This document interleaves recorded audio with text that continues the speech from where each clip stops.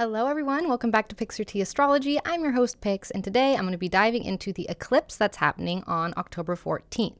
I'll be going over horoscopes for each sign individually so you can know how this new moon eclipse will affect you or someone you know. I'll be sharing some tips also on how to make the most out of these eclipse vibes and eclipse season. So be sure to check the timestamps in the description to hop straight to a sign. But before we get started, I wanted to remind you all about my fellowship, which is a membership on my website where you can sign up to receive either weekly horoscopes by sign or monthly horoscopes by your personal natal chart. For the monthly horoscopes, I also offer remediations for the transits that are coming up that month. It's one of the funnest things. They're called R&Rs. Reports and remediations. I also have one-on-one consultations available for readings if you want to get a reading with me, or a mentorship session if you want to learn astrology with me. And lastly, I have to plug the 9th House Discord server. It's a free server to chat about astrology and tarot and all things mystical. The link to join is in the description. But before I go into each of the signs, I'm going to go over an overview about this eclipse that is relevant for everybody so that I don't have to repeat it 12 times. My hair keeps getting caught. I tried one of those viral blowout trends on TikTok where you put your hair in rollers and like a high ponytail to try and get that blowout effect for your hair, and it failed miserably, but I had to roll with it because I had to catch this election time to record. So you get big, poofy, no curl blowout hair today. So in general, eclipses represent major endings and major beginnings. It's like the ending of one era and the beginning of another era happening at the same time. Solar eclipses are basically supercharged versions of new moons, and they carry a bit of history with them as well as an eclipse. Unlike your typical moon phase that has an influence lasting about half a year, 6 months, eclipses mix in vibes from past karmic cycles stretching back 9 years and 18 years. So there is extra opportunity in eclipse moments. It's not just the universe bullying us. One big thing to mention about this eclipse is that it is opposing Chiron pretty closely. So there is an aspect to this eclipse that is about confronting some personal wounds or asserting yourself or finding more of your true identity amidst some sort of challenge. And I will get into more of that specifically for each sign later. So the other big thing about this new moon is that it's conjoining the South Node. That's what makes it a solar eclipse, a South Node solar eclipse.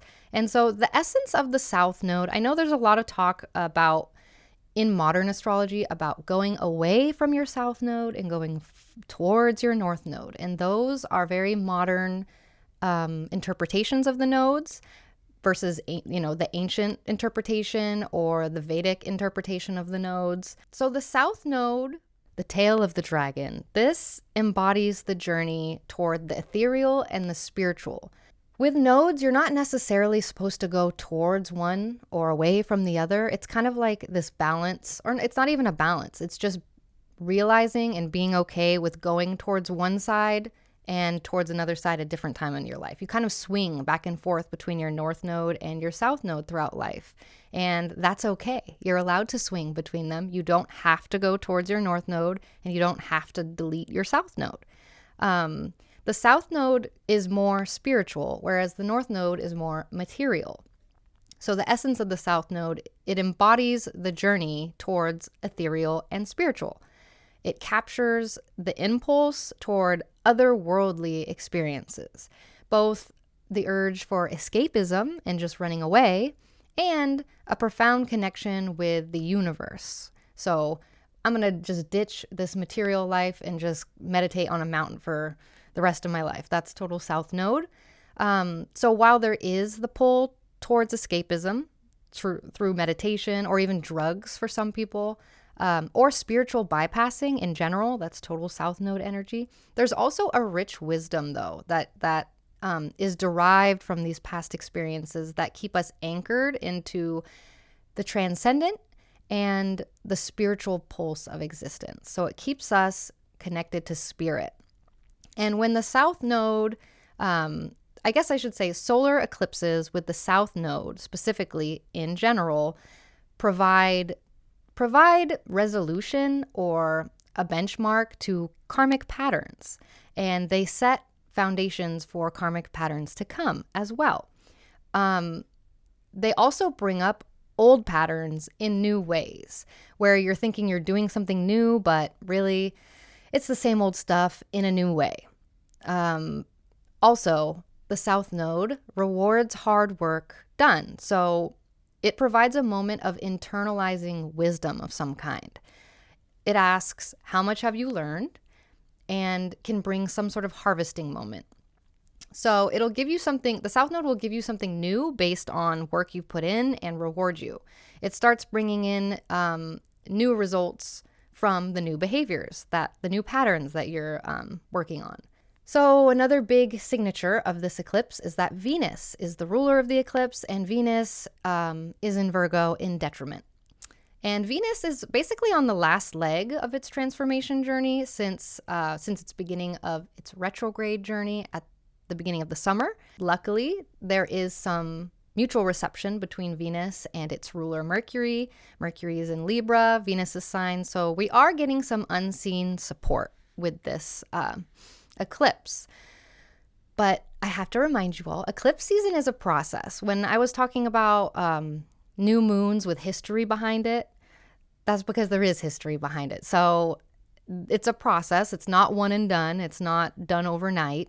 Rather than a regular lunation that's potent for like 6 months, these changes that the eclipse brings unfold over the course of a 2-year, 1.5 to 2 year period. Like I said earlier, it echoes karmic cycles that go back 9 years and 18 years, and forward 9 years and 18 years as well. So this eclipse coming up is going to hold similar themes to eclipses that happened in the years 2004 through 2006, and also 2013 through 2015. So don't be surprised if some of the same themes or feelings start bubbling up again. Check back in your journals, check it back in your agendas to do some research. And if you're not a journaler or a calendar person, you can always check your emails. Check your emails, check your text messages, check your iCloud, see what was going on around those dates. And this eclipse series specifically will be going from 2023 to 2025. And eclipse season is March and April and October and November. So from 2023 to 2025, March and April and October and November will be having these eclipse vibes. So it is not a one and done thing. It is a process, a 2-year process, and also goes back years as well. Okay, so that's the overall vibe of the eclipse that I wanted to just get out of the way so that everyone has that backdrop. And now I'm going to start with Aries.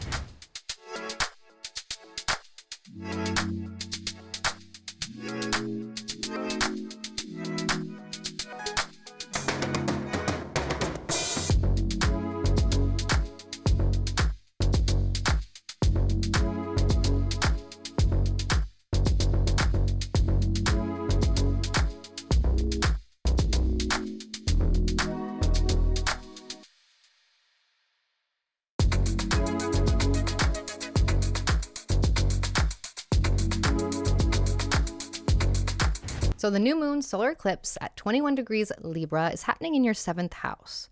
And eclipses bring major endings and major beginnings that happen at the same time. From 2023 to 2025, I guess I should say 2024 is going to be the beginning of a new era of your life. So 7th house themes are basically focused on interpersonal connections.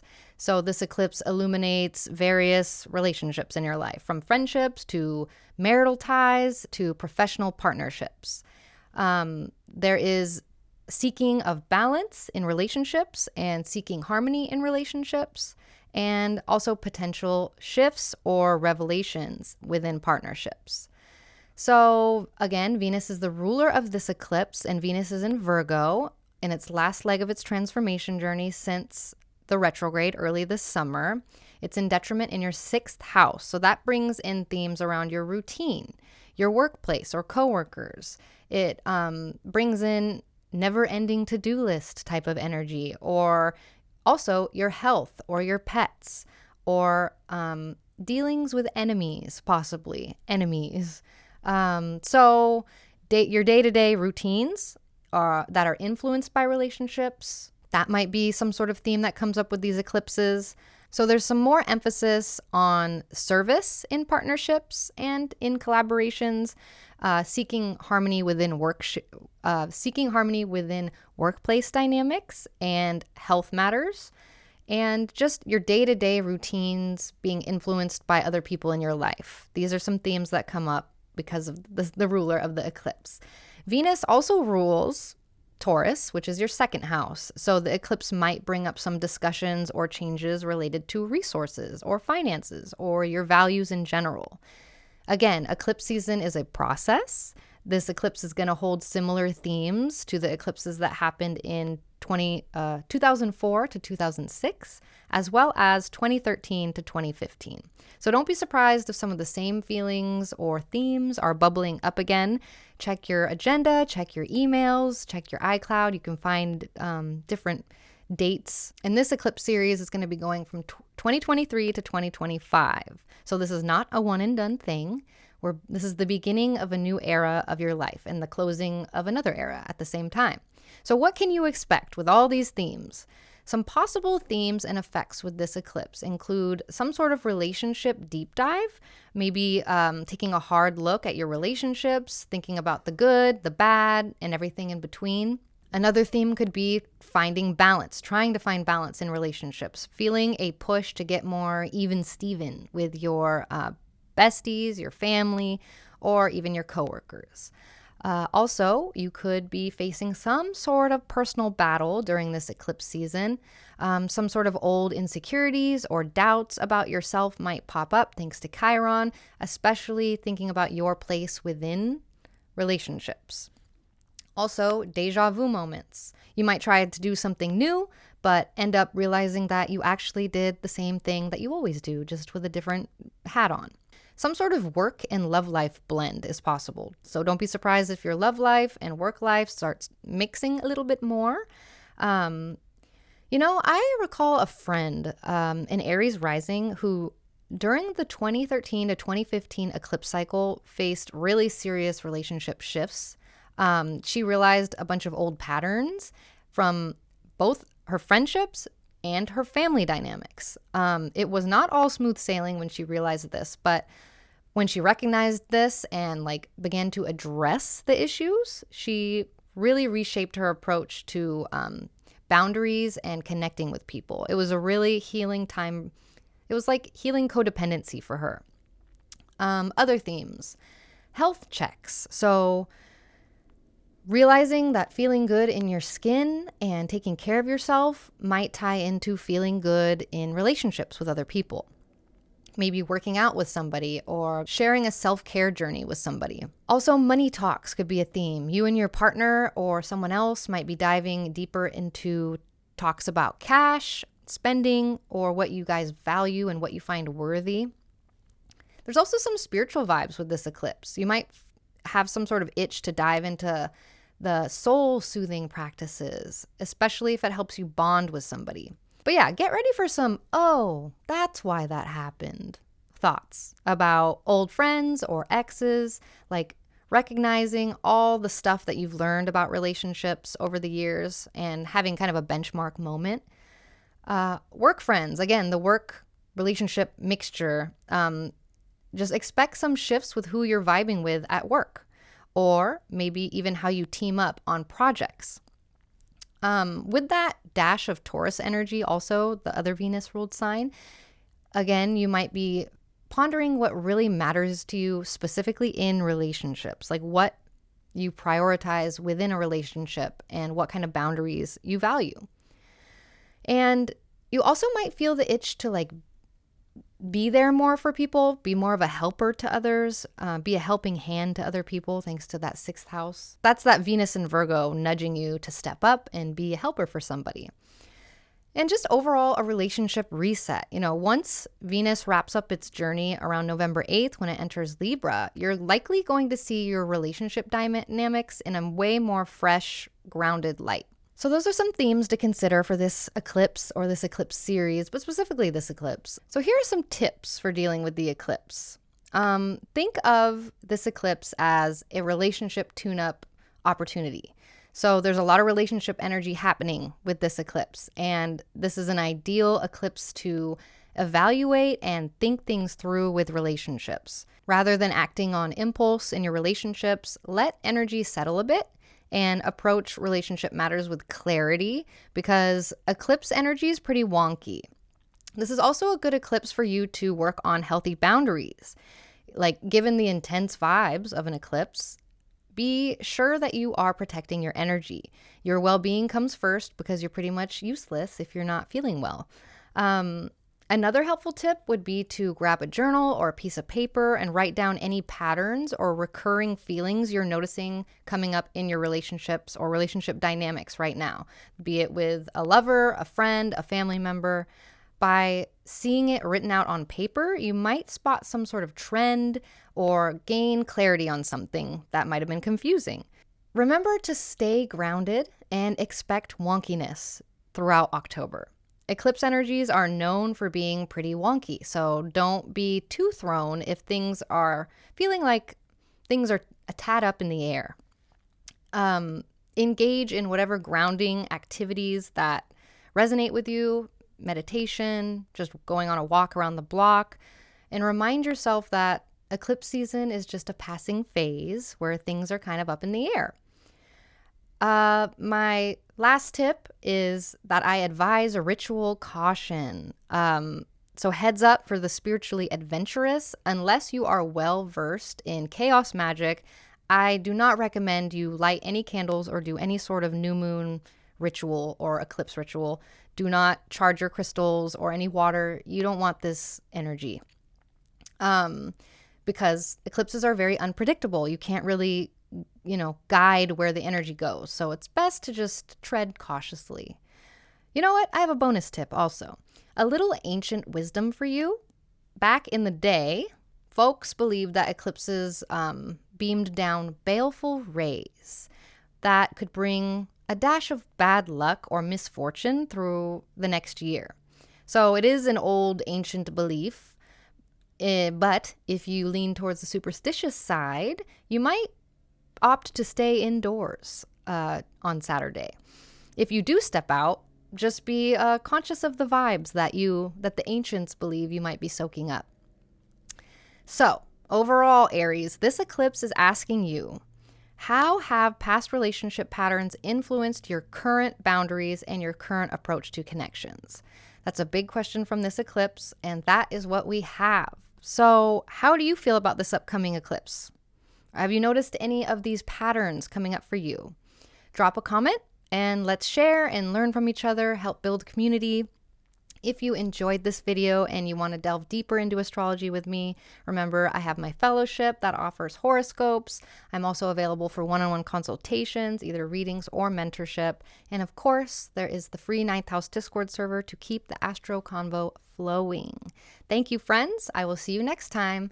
See you on the other side. Let's move on to Taurus. Hello, my Tauruses. Let us discuss the new moon solar eclipse at 21 degrees Libra happening in your 6th house on October 14th. This is the beginning of a new era of your life for the next year or next 2 years.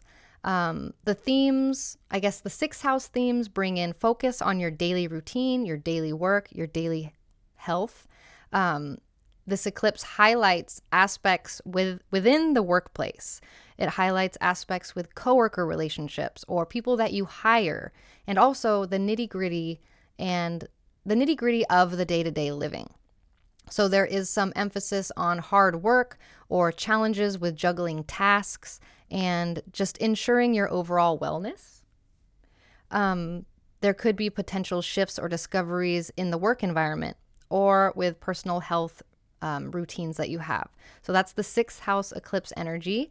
Venus is the ruler of this eclipse, so we have to bring in some of that 5th house energy also, because Venus is currently in Virgo. Venus is on its last leg of its transformation journey since the beginning of its retrograde early this summer, which was also the beginning of your own type of transformation, seeing as you are Venus ruled. So it might feel like you thought you were almost there and you're not. We're on the last leg of the transformation journey. things will majorly improve for you as a Venus-ruled person when Venus exits Virgo and enters Libra on November 8th. So I'm sorry, October just ain't it. But don't worry, it's not that bad. Let's get into the deets. So the fifth house energy is brought in from Venus being there, and Venus likes being in the fifth house. It's all about projects and creativity and art and pleasure and fun and your hobbies and your joys and your dating and your sex life. Also your kids and if you're pregnant, birth, or just entertainment and the stuff you do and enjoy. So we're blending the fifth house of the creativity with the sixth house routines.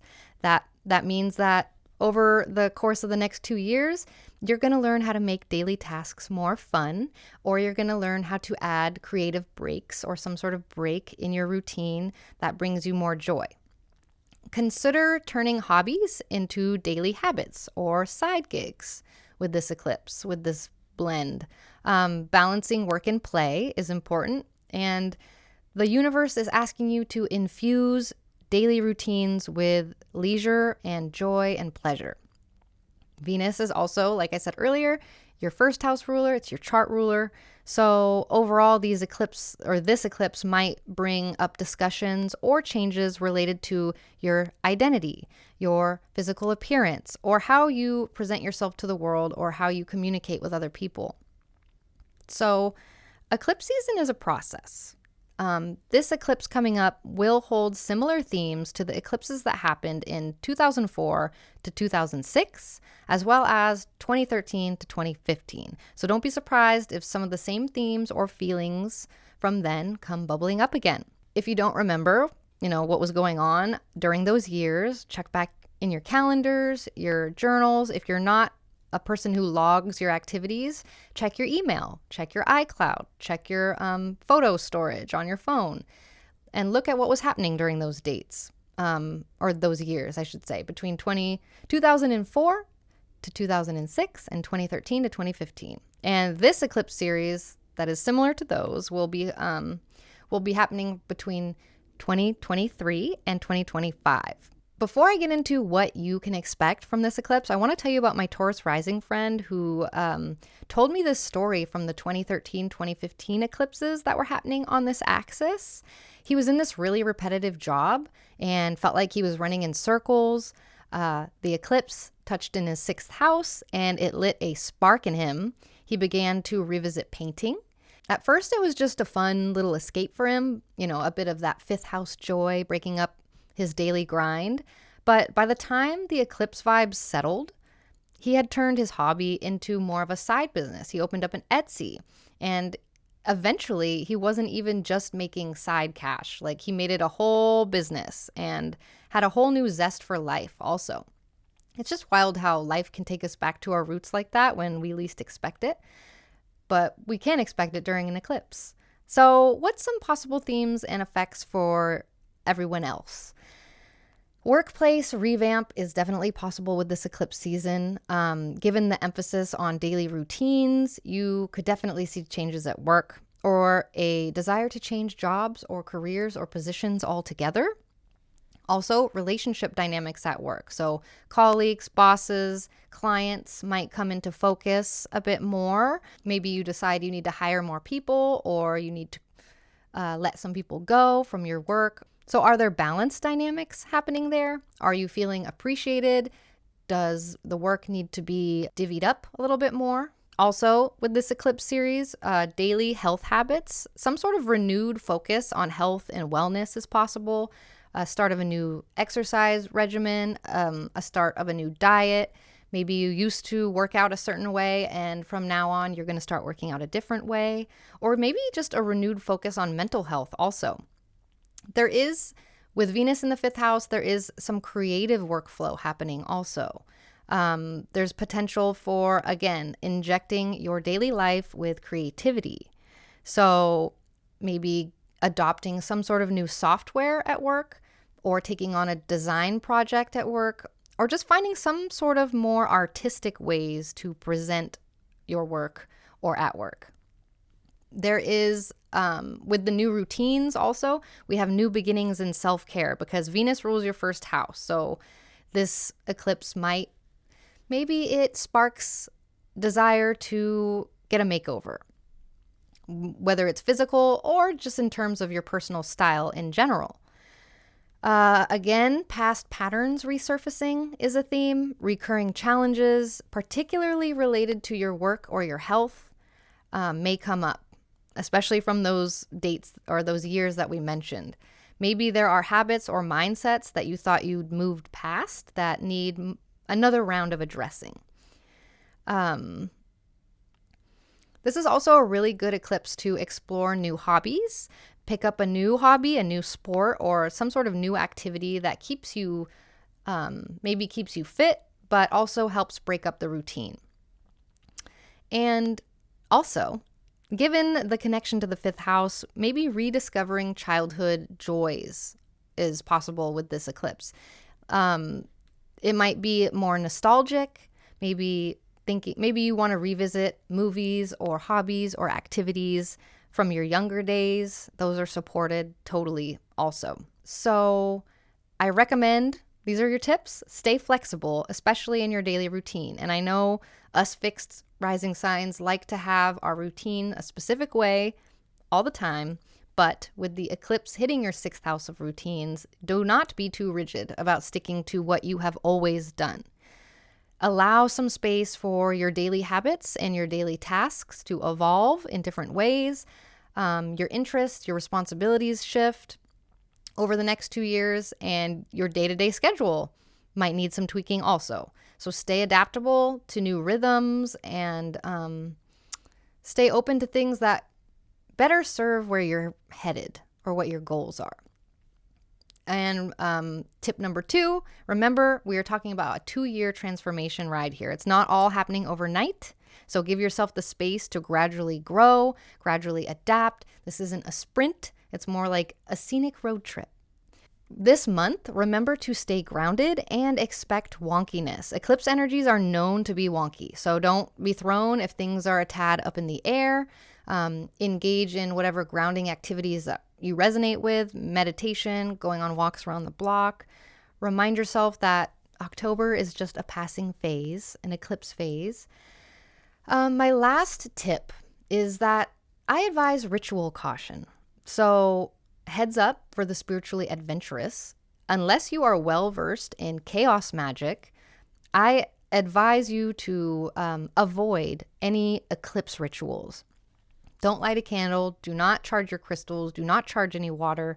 Eclipses are very unpredictable with their magic and energy, so it's wise to tread cautiously. Actually, I have a bonus tip also. A little ancient wisdom for you. Back in the day, people believed that eclipses beamed down baleful rays that would bring a dash of misfortune or bad luck into your coming year. So it is an old ancient belief, but if you lean towards a more superstitious side, you might opt to hang out inside on Saturday.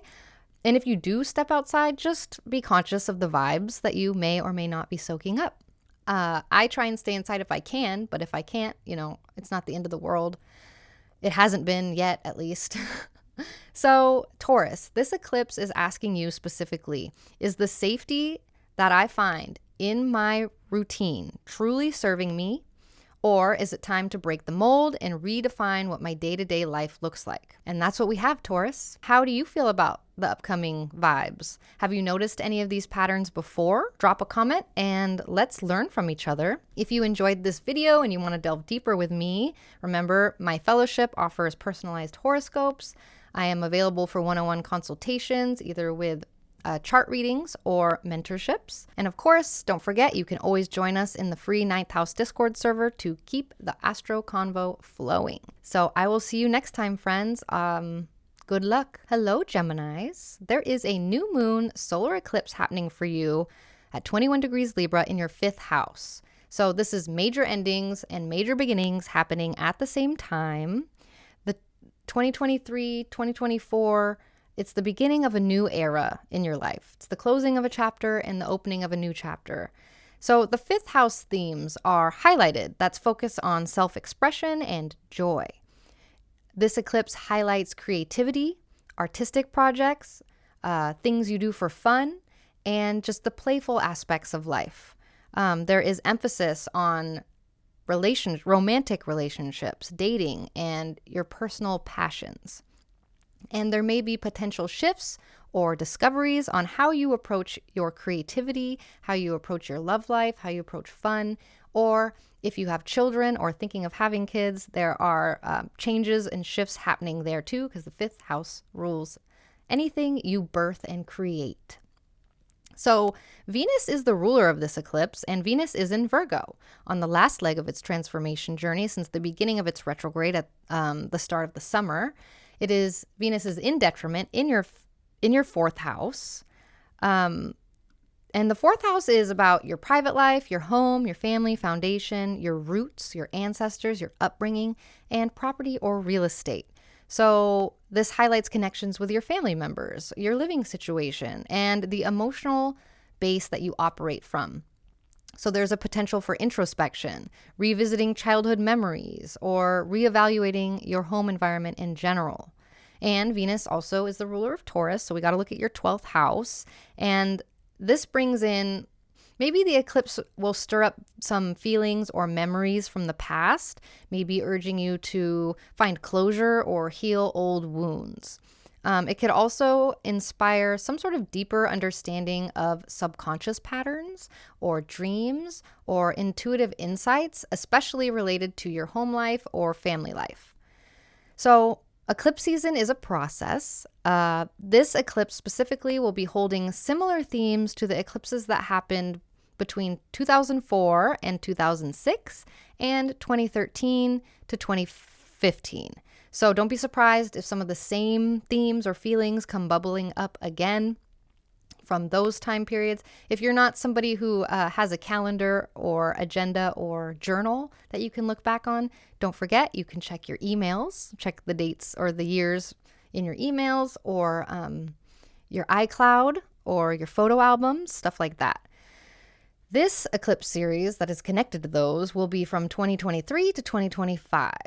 So it's a 2-year thing. It's not a one and done type thing. And eclipse season is March and April and October and November. So what can you expect with these, with all these vibes, with this eclipse? Maybe a creative surge. A heightened sense of creativity is likely. Maybe finding inspiration hitting you at odd hours, maybe leading to really innovative projects or a new artistic expression that you have. Also, romantic whirlwinds, potentially a new romantic interest entering the scene or an existing relationship undergoing some sort of transformation. This might be a good eclipse to reevaluate what you want in romantic connections specifically.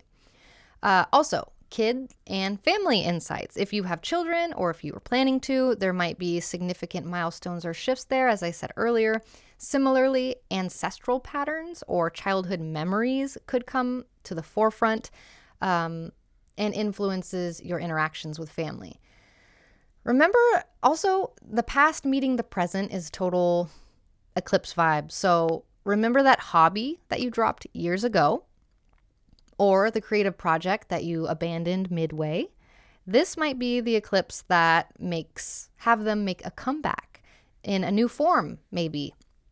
Playful learning is highlighted with this eclipse. So discovering new recreational activities or revisiting old hobbies that you liked. Could be a dance class, a painting workshop, just fun-filled game night with friends, video games. With this 12th house influence, you might find that your dreams are getting more vivid with this eclipse, or there's a heightened sense of intuition, especially related to your heart and your home. And that segues me into the home and heart point of this eclipse. Your living environment might become a great canvas for your creativity. So maybe it's time for the redecoration project. Also, maybe revisiting old flames, past romantic interests might pop up, either physically or just in your thoughts, which pushes you to reflect more on the lessons from those relationships. And the last point I want to make about what you can expect, spiritual and creative mixture If you're feeling a pull towards expressing your spiritual journey through a creative means, you are right on time.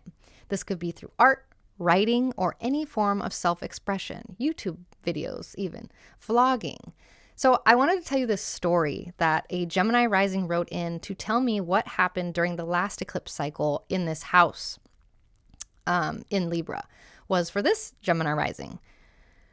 So they said, I'm a Gemini, and during the 2013-2015 eclipse cycle, something remarkable happened. Amidst my usual whirlwind of events and social gatherings, I stumbled upon an old guitar in my attic, a forgotten relic from my grandparents.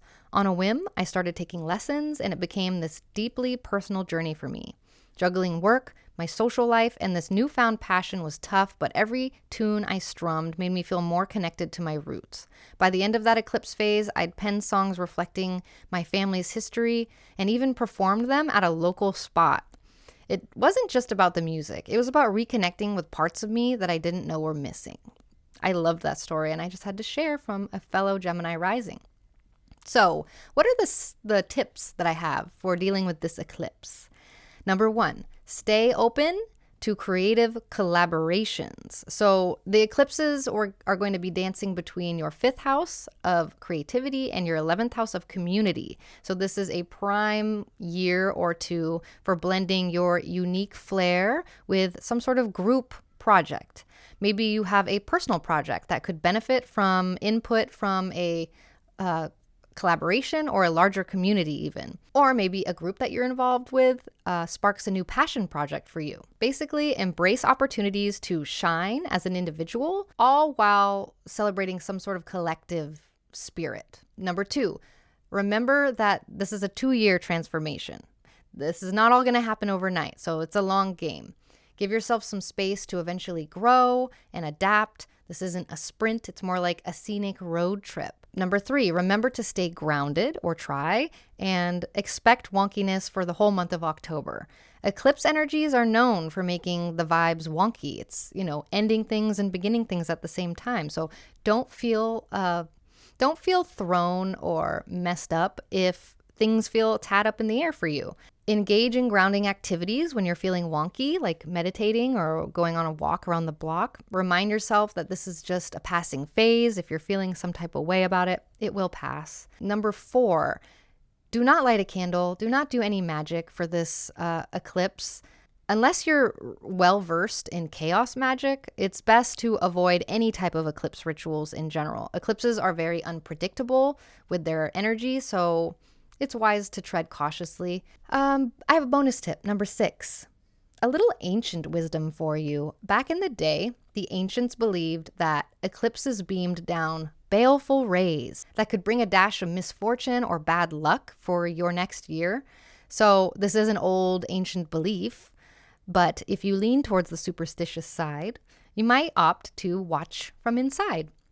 And if you do step out, just be conscious of the vibes that you are soaking up. So this eclipse asks, what passions or hobbies from before are still lingering in the shadows for you?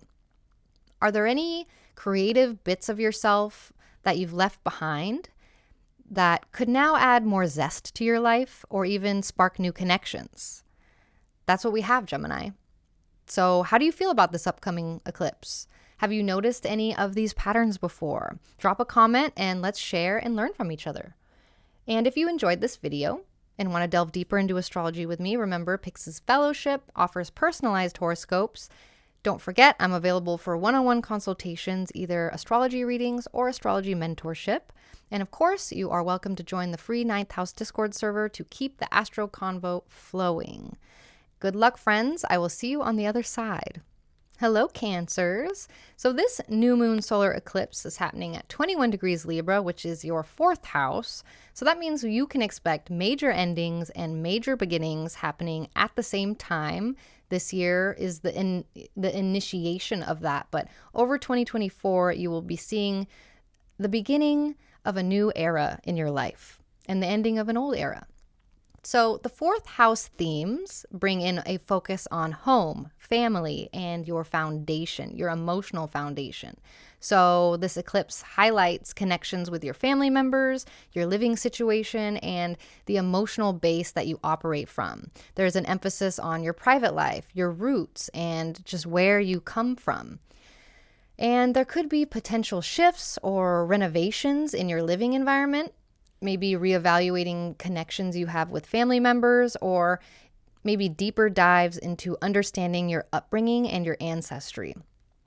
Venus is the ruler of this eclipse, and Venus is currently in Virgo on its last leg of its transformation journey since the beginning of its retrograde early this summer, and it's in detriment in your third house. And the third house brings up interactions within your immediate environment. This highlights communications. It highlights the relationship you have with your neighbors or with your siblings, cousins, or extended family members. It highlights how you process information and the ways that you convey thoughts. There is an emphasis on transportation, your day-to-day commute, or maybe even gaining some sort of new technical skill and maybe diving deeper into writing or just learning something in general. And I have to mention the Taurus house because Venus rules your 11th house also. So the eclipse might emphasize some sort of importance of your broader community, your networks, your friendships. It could be a time where you reevaluate your role within a certain group or a certain collaboration, or just how you engage with your wider networks. There could even be themes around your long-term goals or dreams, because the 11th house rules that as well. Or even potential shifts with sources of income as well, because the 11th house rules the money you get from your job. And this eclipse will hold similar themes to the eclipses that happened between 2004 to 2006 and 2013 to 2015. So don't be surprised if some of the same themes or feelings are bubbling up again from back then. If you don't remember exactly what was happening 9 and 18 years ago, maybe you should work on your memory. No, I'm just kidding. No. Check back in your journal or your agenda. If you don't have journals or agendas from 9 and 18 years ago, check your emails, check your photo albums, talk to people you knew at that time. So this eclipse, like I said, some of the same themes and feelings could bubble up again. This is going to be happening from 2023 to 2025. And, it's not a one and done thing. It's a 2-year, 1.5 year thing. So what can you expect with all these themes coming up? What can you really expect with this eclipse? You can expect possible home transitions, like maybe contemplating a move or some sort of significant change to your current living space.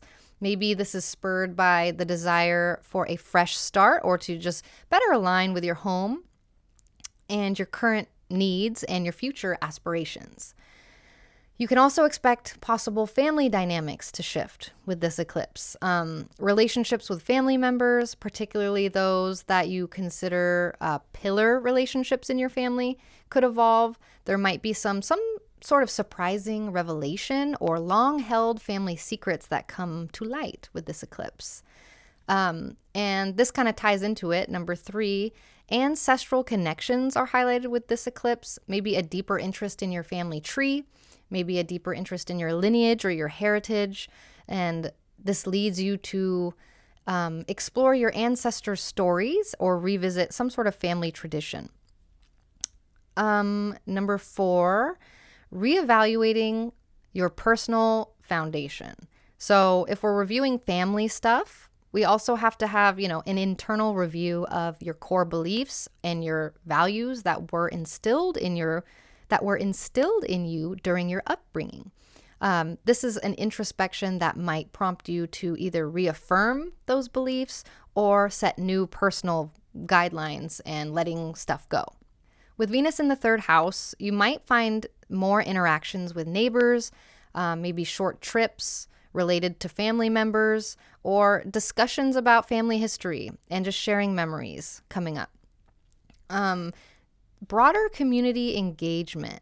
With Venus in the 11th house, this hints that you might be taking on a more active role in community groups or networks or projects that you're involved with, possibly related to family or home-related initiatives. Also, emotional insights. The 4th house is very emotional. There's a deeper dive into your emotional well-being and how it ties into your home and family. And you might find yourself addressing past emotional pains or wounds and seeking healing about that. Thank you, Chiron. Also with this eclipse, maybe revisiting past homes or past places, whether physically or mentally. You might feel a little bit nostalgic, maybe childhood homes or ancestral lands or just places that hold significant emotional memories for you. Just recurring themes coming up is kind of a big one, like patterns related to family and home that you have encountered in the past, especially 9 and 18 years ago. But this time you are armed with prior experience and new insights to navigate these themes. So my last vibe, maybe a new approach to home and family. As the eclipse rewards hard work done thanks to the South Node, if you've been putting effort into improving family relationships or improving your living situation, you'll start to see the fruits of your labor with this eclipse, whether it's a more harmonious home life or a decision that just sets you on a new path. This is the time of both endings and new beginnings, as I've been saying. Before I get into the tips, I wanted to tell you a story that a Cancer rising wrote in to tell me. I asked on my Instagram for people to write in with what happened to them during these eclipses, and Cancer risings was very interesting. The last time there was an eclipse in the 4th house, I found myself pulled towards my home in unexpected ways. One weekend, while sifting through an old wooden chest in my basement, I discovered a handwritten journal from my great-grandmother. Reading her entries, I was transported into her world, learning about her dreams, her challenges, and the legacy she hoped to leave. Could you imagine stumbling upon your grandma's journal? I'm jealous. Feeling inspired, I began hosting family dinners, reviving long-lost recipes she'd noted down, and sharing her stories. These gatherings not only brought our family closer together, but deepened my appreciation for the foundations and roots from which we'd sprung. By the end of the eclipse cycle, my home wasn't just a house, it was a living testament to generations past and the stories waiting to be told. Okay, so here are your tips for dealing with the eclipse. Number 1, embrace flexibility within your home and your career. This eclipse cycle starts in your 4th house, but it will also hit your 10th house. So this whole axis is getting a renewal, and you might experience some sort of unexpected shifts in both your home life or your career or the roles you are known for taking on. And with this, it is crucial to stay adaptable. Crucial to stay adaptable. So allow for changes in your living situation or changes in your family dynamics, while also being open to new opportunities with your career or shifts in your professional reputation or vice versa. So finding a balance between your personal life and your work commitments can be really challenging during eclipses on the 4th and 10th axis, but embracing change for the next year, especially in 2024, and being open to recalibrating those changes will definitely serve you well. Number 2, this is the long game. Remember, we are talking about a 2-year transformation. It's not all going to happen overnight. So give yourself some space to gradually grow and gradually adapt. This isn't a sprint. It's more of a scenic road trip, okay? Number 3, remember to stay grounded as best you can and expect wonkiness. Eclipse energies are known to be wonky. So don't be thrown if things are feeling a bit up in the air right now. Engage in whatever grounding activities resonate with you, whether that's meditating, going on a walk around the block. And remind yourself, October is wonky. 2 eclipses are happening, and this is just a passing phase. Okay, my 5th tip is to not do any rituals for this eclipse. Unless you are well-versed in chaos magic, which most people are not well-versed in chaos magic. It's hard to become well-versed in chaos magic. It is important to avoid eclipse rituals. Eclipses are very unpredictable with their magic and their energy, so you can't really direct it anywhere, and it's wise to just be cautious, you know? Actually, I do have a sixth point. A little ancient wisdom for you. Back in the day, ancients believed that eclipses beamed down baleful rays that could bring a dash of misfortune or bad luck to your coming year. So while that is an old ancient belief, if you lean towards the superstitious side, like me, you might opt to watch the eclipse from inside. So overall, this eclipse asks you, how does your foundation, both in terms of home and family, shape the person that you've become? Are there any forgotten memories or lessons from your past that can offer guidance for your future? And how can you ensure that your home truly feels like a sanctuary? And in what ways can your roots inspire your growth? So that's what we have, Cancer. How do you feel about the upcoming eclipse? Have you noticed any of these patterns coming up or noticed them before? Drop a comment and let's share and learn from each other. If you enjoyed this video and you want to delve deeper into astrology with me, you can always join Pix's Fellowship on my website for weekly and monthly horoscopes. And of course, don't forget, you are welcome to join the 9th House Discord server for free, where we can keep the astro conversation flowing. And that's what we have, kids. I will see you next time. I'll see you on the other side. Good luck. Hello, Leos. Thank you for joining me today. Let us discuss the new moon solar eclipse happening at 21 degrees Libra in your 3rd house. Eclipses indicate major endings and major new beginnings that are happening at the same time. So 2023, 2024 is basically the beginning of a new era in your life. The themes for the 3rd house eclipse are focus on communication and immediate environment stuff. So this highlights interactions with your siblings, your neighbors, your friends, and also just the dynamics of your local community in general. There is emphasis on your daily commute, your technology, the way that you learn and teach, and how you process and convey information. There are potential shifts or evolutions in the way that you communicate with people, or the way that you connect with your surroundings, or with the way that you engage in education and learning. So that's just some overview of 3rd house vibes. I'll get into what to expect in a minute after I break down all of this. So Venus is the ruler of the eclipse, and that's how we get more information about what this eclipse is going to be like. Venus is in Virgo, in its detriment, in its last leg of its transformation journey since the beginning of the summer when it went retrograde. It is in detriment in your 2nd house, and the 2nd house has focus on financial security as well as self-worth. So it highlights financial transactions, your income, and how you manage your resources. And it emphasizes purchases, valuing possessions, and possibly revisiting your notions of self-worth and value.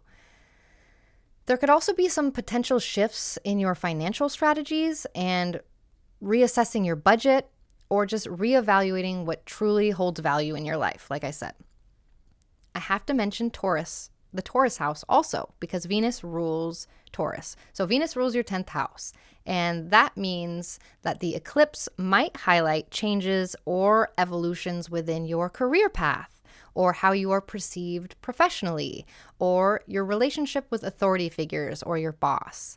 You might find yourself more visible in your job, or taking on new roles that reshape your professional identity. And there might be some sort of focus on aligning your career with what you truly value. Okay, before I get into what to expect, I need to remind you, eclipse season is a process. This eclipse series is going to be from 2023 to 2025, so it's a 2-year deal. And this eclipse will hold similar themes to the eclipses that happened back in 2004 to 2006, as well as 2013 to 2015. So don't be surprised if some of the same themes or feelings are bubbling up again from then. 9 and 18 years ago is hard to remember, what was happening then. If you are not a person who writes in a journal or a calendar, remember you can check your email for what was happening then, or old pictures and photo albums, or your iCloud. So a reminder that this isn't a one and done thing. This is a 2-year process, okay? So what can you expect with this eclipse though in Libra? You can expect, number 1, revamping your communication skills. You might find yourself adopting a new way of expressing yourself, whether it's through a new form of writing, speaking, or just learning a new language of some kind. Maybe you'll get into blogging, or start a podcast, or finally download Duolingo, or learn astrology even. Number 2, more technology energy. This might be an eclipse where you swap out an old phone, or dive into some sort of weekend coding workshop even, or just, finally figure out your tricky Zoom background issue. Also, sibling and neighbor vibes are highlighted. So if you have any old beef or fun stories with siblings, it might come up. This could be the time for late night heart-to-hearts, or settling that ancient dispute over a borrowed shirt, or just reliving childhood antics over a beer. Also, a daily commute switch up of some kind. So if you've been thinking of trading in your car, or, hopping on a bike instead, this eclipse is going to nudge you in that direction. Plus, podcasts or fresh playlists can totally change the vibe when you are going from point A to point B. So maybe you find something yummy for that. Another theme for this eclipse: education, but in a fun way. So like learning fun things. A casual evening workshop, brushing up on your pottery skills, or learning something new in general, graphic design skills, or a cocktail making class. Some sort of fun learning. Also, in general, money talks happening with this eclipse thanks to Venus. So you might have some sort of small revelation about how you spend money or how you save money. That vintage jacket, totally worth it. That 4th streaming subscription, maybe not so much. Also, career glimmers. So out of the blue, you might get a sense of where you're headed job-wise, or feel like stepping up into your role. So that side gig could also suddenly make more sense. Sense. Get it? Sense? Yeah. Okay. Old patterns also might be coming up thanks to the South Node. So a cosmic playback of some kind. Moments from the past popping up, but with a twist. Oh, that again? But wait, I got it this time. That kind of thing. And again, thanks to the South Node jazz, you could find yourself diving deep into your old diaries and just having aha, oh snap moments of wisdom, like introspection, but without it being so heavy. And the South Node also brings rewards. So if you've been grinding, putting in effort, or just being a really good adult in society, the universe might toss you a little cookie. It's like a cosmic version of the hard work pays off, right? So I'm going to go into some tips, but before I do, I want to tell you this story. I asked my Instagram to write in with their eclipse stories from the last time it happened in Libra for them, and Leo Risings was really interesting.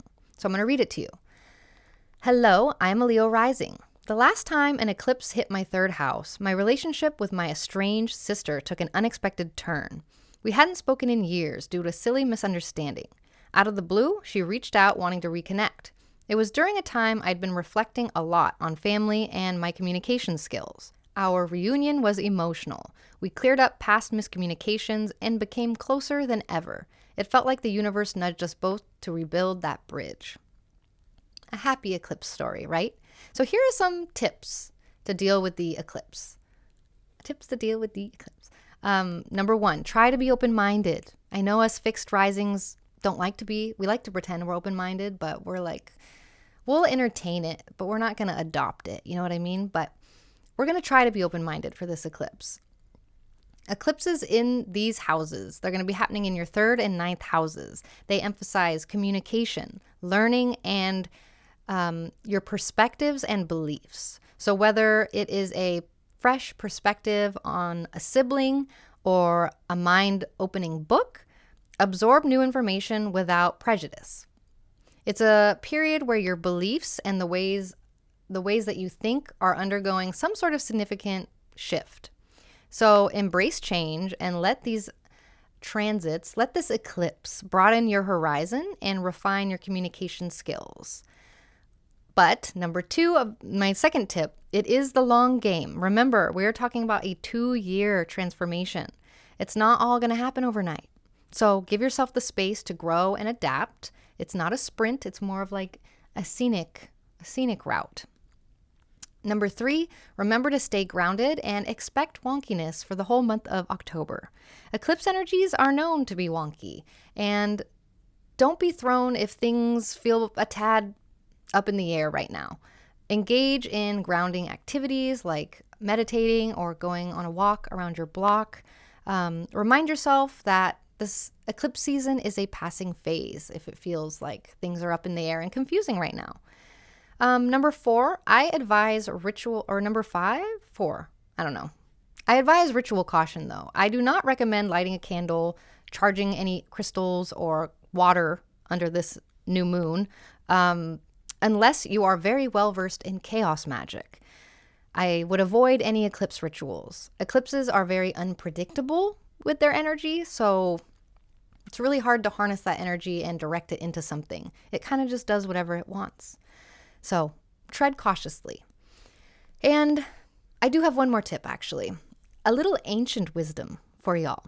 Back in the day, ancients believed that eclipses beamed down baleful rays that could bring a dash of misfortune or bad luck into the next year. So while this is an ancient, old belief, if you lean towards a more superstitious side, you might opt to watch the eclipse from inside or not look at it at all. But if you do go out, just be conscious of the vibes that the ancients believe you may be soaking up. I like to try to not go outside during eclipses because I'm superstitious like that, but it definitely doesn't always work out that way, and sometimes I have to go outside. So, as a Leo, this eclipse is asking you, how has your communication style or your local environment shaped or hindered your personal growth? Are there any stories or narratives from your past that could be holding you back? Or could they be the key in unlocking a richer understanding of yourself and your world in general? And that's what we have, Leo. So how do you feel about this upcoming eclipse? Have you noticed any of these patterns in your past? Drop a comment. Let's discuss. I want to hear from you. And if you enjoyed this video and you want to delve deeper into astrology with me, remember you're welcome to join Pix's Fellowship on my website for weekly or monthly personalized horoscopes.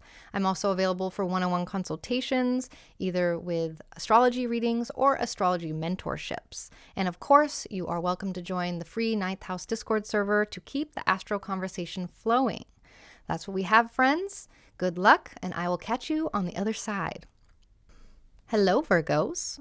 Let's discuss this new moon solar eclipse at 21 degrees Libra happening in your 2nd house. So eclipses bring major endings and major beginnings happening at the same time, which is wonky when things are ending and beginning at the same time. So this year and next year is basically the initiation of a new era in your life.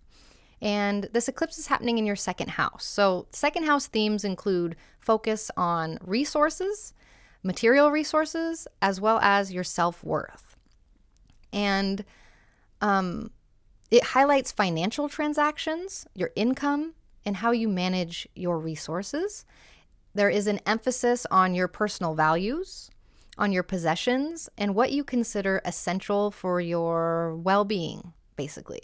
And maybe with the 2nd house eclipse, there are potential shifts or reconsiderations in your financial strategies, like reassessing budgets or reevaluating, like even deeper than that, reevaluating what truly holds value in your life. But we can't talk about the Libra house without talking about Venus and what Venus is up to as its ruler. So Venus is in Virgo right now, Venus is on its last leg of its transformation journey since the beginning of its retrograde at the beginning of the summer or early this summer. So Venus is in detriment in your first house right now.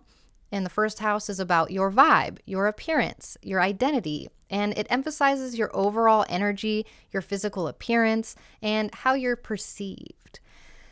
It's a eclipse that might have you considering how you present yourself to the world and potentially have you undergoing some sort of mini makeover, either internally or externally. And I can't talk about Venus without talking about the other Venus house. So Venus also rules Taurus, your 9th house.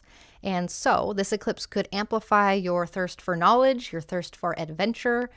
Maybe you're drawn to learn something new or embark on a journey, travel, or deepen your understanding of spirituality or some sort of philosophy or religion or even astrology. That's a 9th house thing. So this influence might stir up your curiosity in topics like mysticism also, and just storytelling and writing, movies, however you tell a story, right? Okay, so that was a little overview. I want to go into what you can expect with this eclipse, but first I want to remind you that eclipses and eclipse season is a process, okay? This is an eclipse series that will be going from 2023 all the way to 2025. It's a 2-year, 1.5 year deal. And this particular eclipse will hold similar themes to the eclipses that happened between the years 2004 and 2006, as well as 2013 to 2015. So don't be surprised that some of the same themes or feelings are bubbling up again from those years.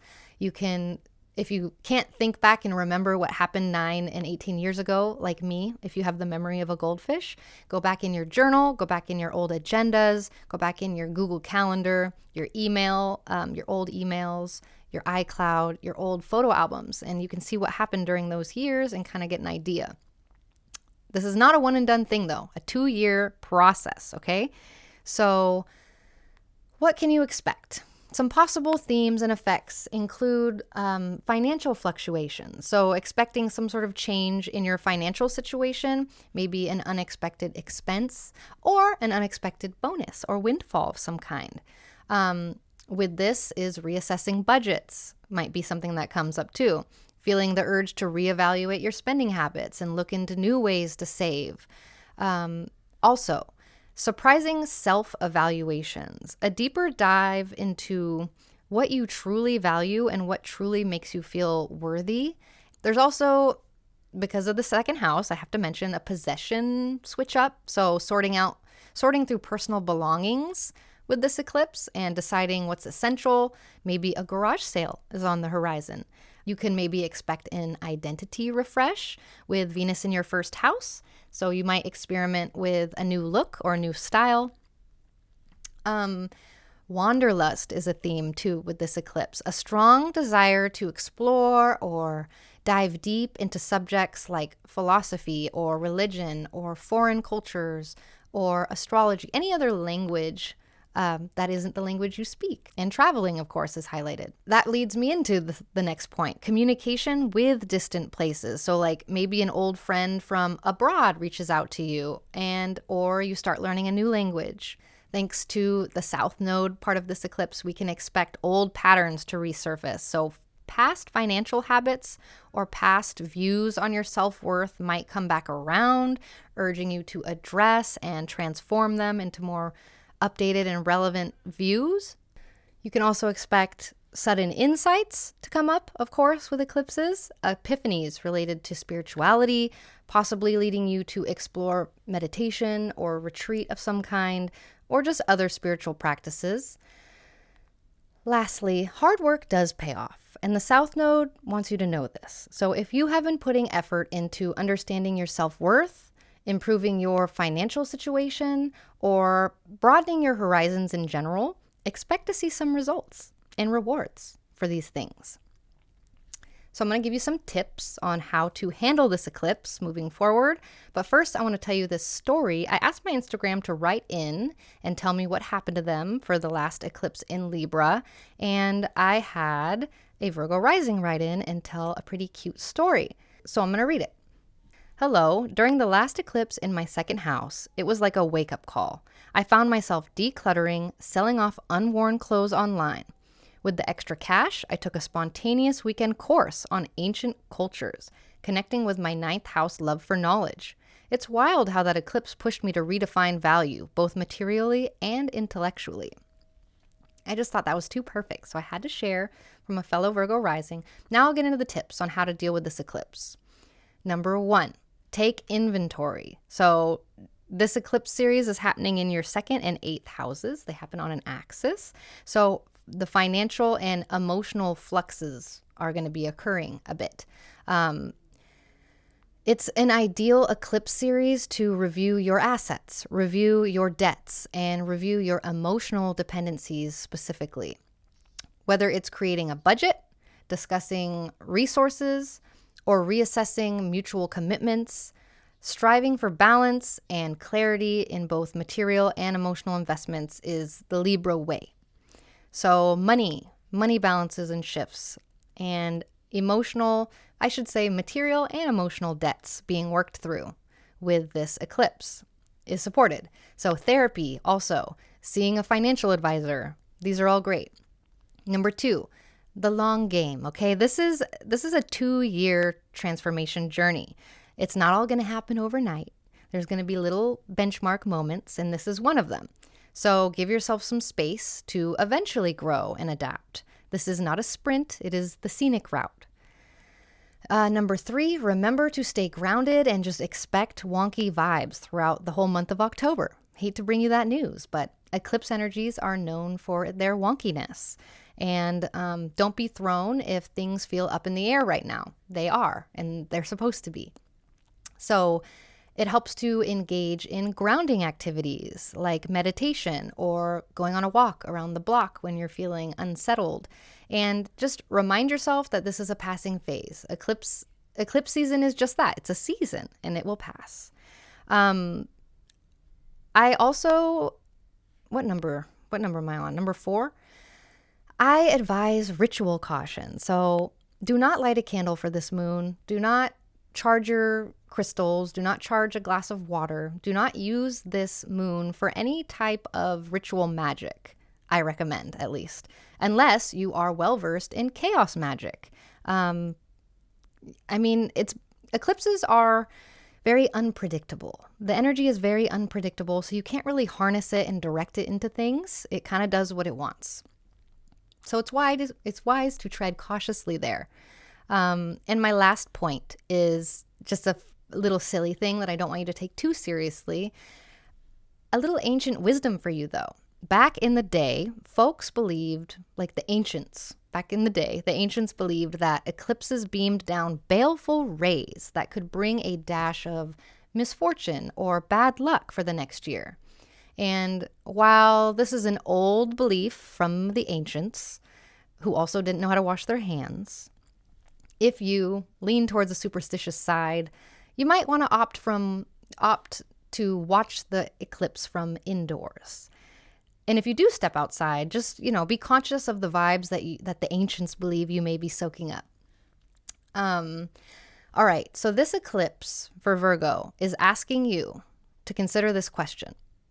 In the balance of your financial ins and outs, are there past experiences that could guide you towards a richer future? Might there be some sort of untapped skills or insights lying dormant, which, if rekindled, could enhance your financial stability and your self-value? Something to consider, Virgo. And that's what we have. So thank you so much for being here. How are you feeling about this eclipse coming up? Are you concerned? Are you excited? Have you noticed any of these patterns coming up before in the past? Drop a comment and let's share and learn from each other. I love reading your comments.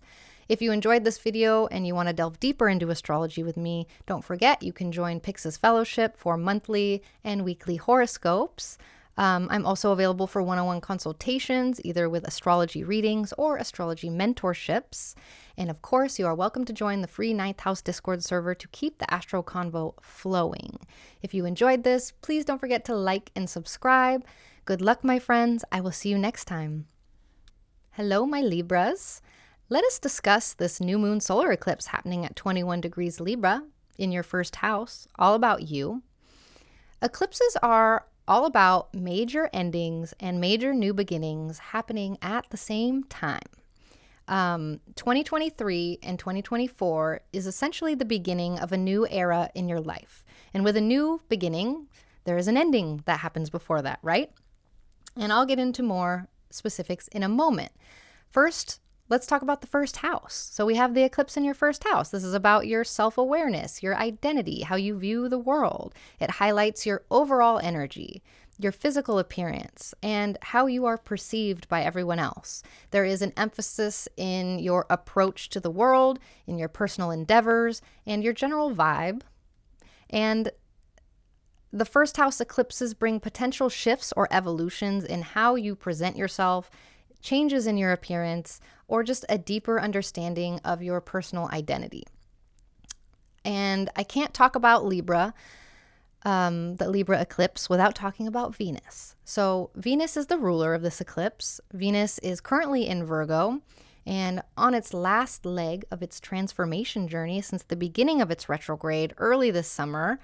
So yeah, it's in detriment in your 12th house. And the 12th house is the realm of the unseen and the subconscious. It highlights a need to retreat, to experience solitude, for introspection or escapism. The 12th house accentuates subtle cues from your dreams, your intuition, and spiritual whispers in general.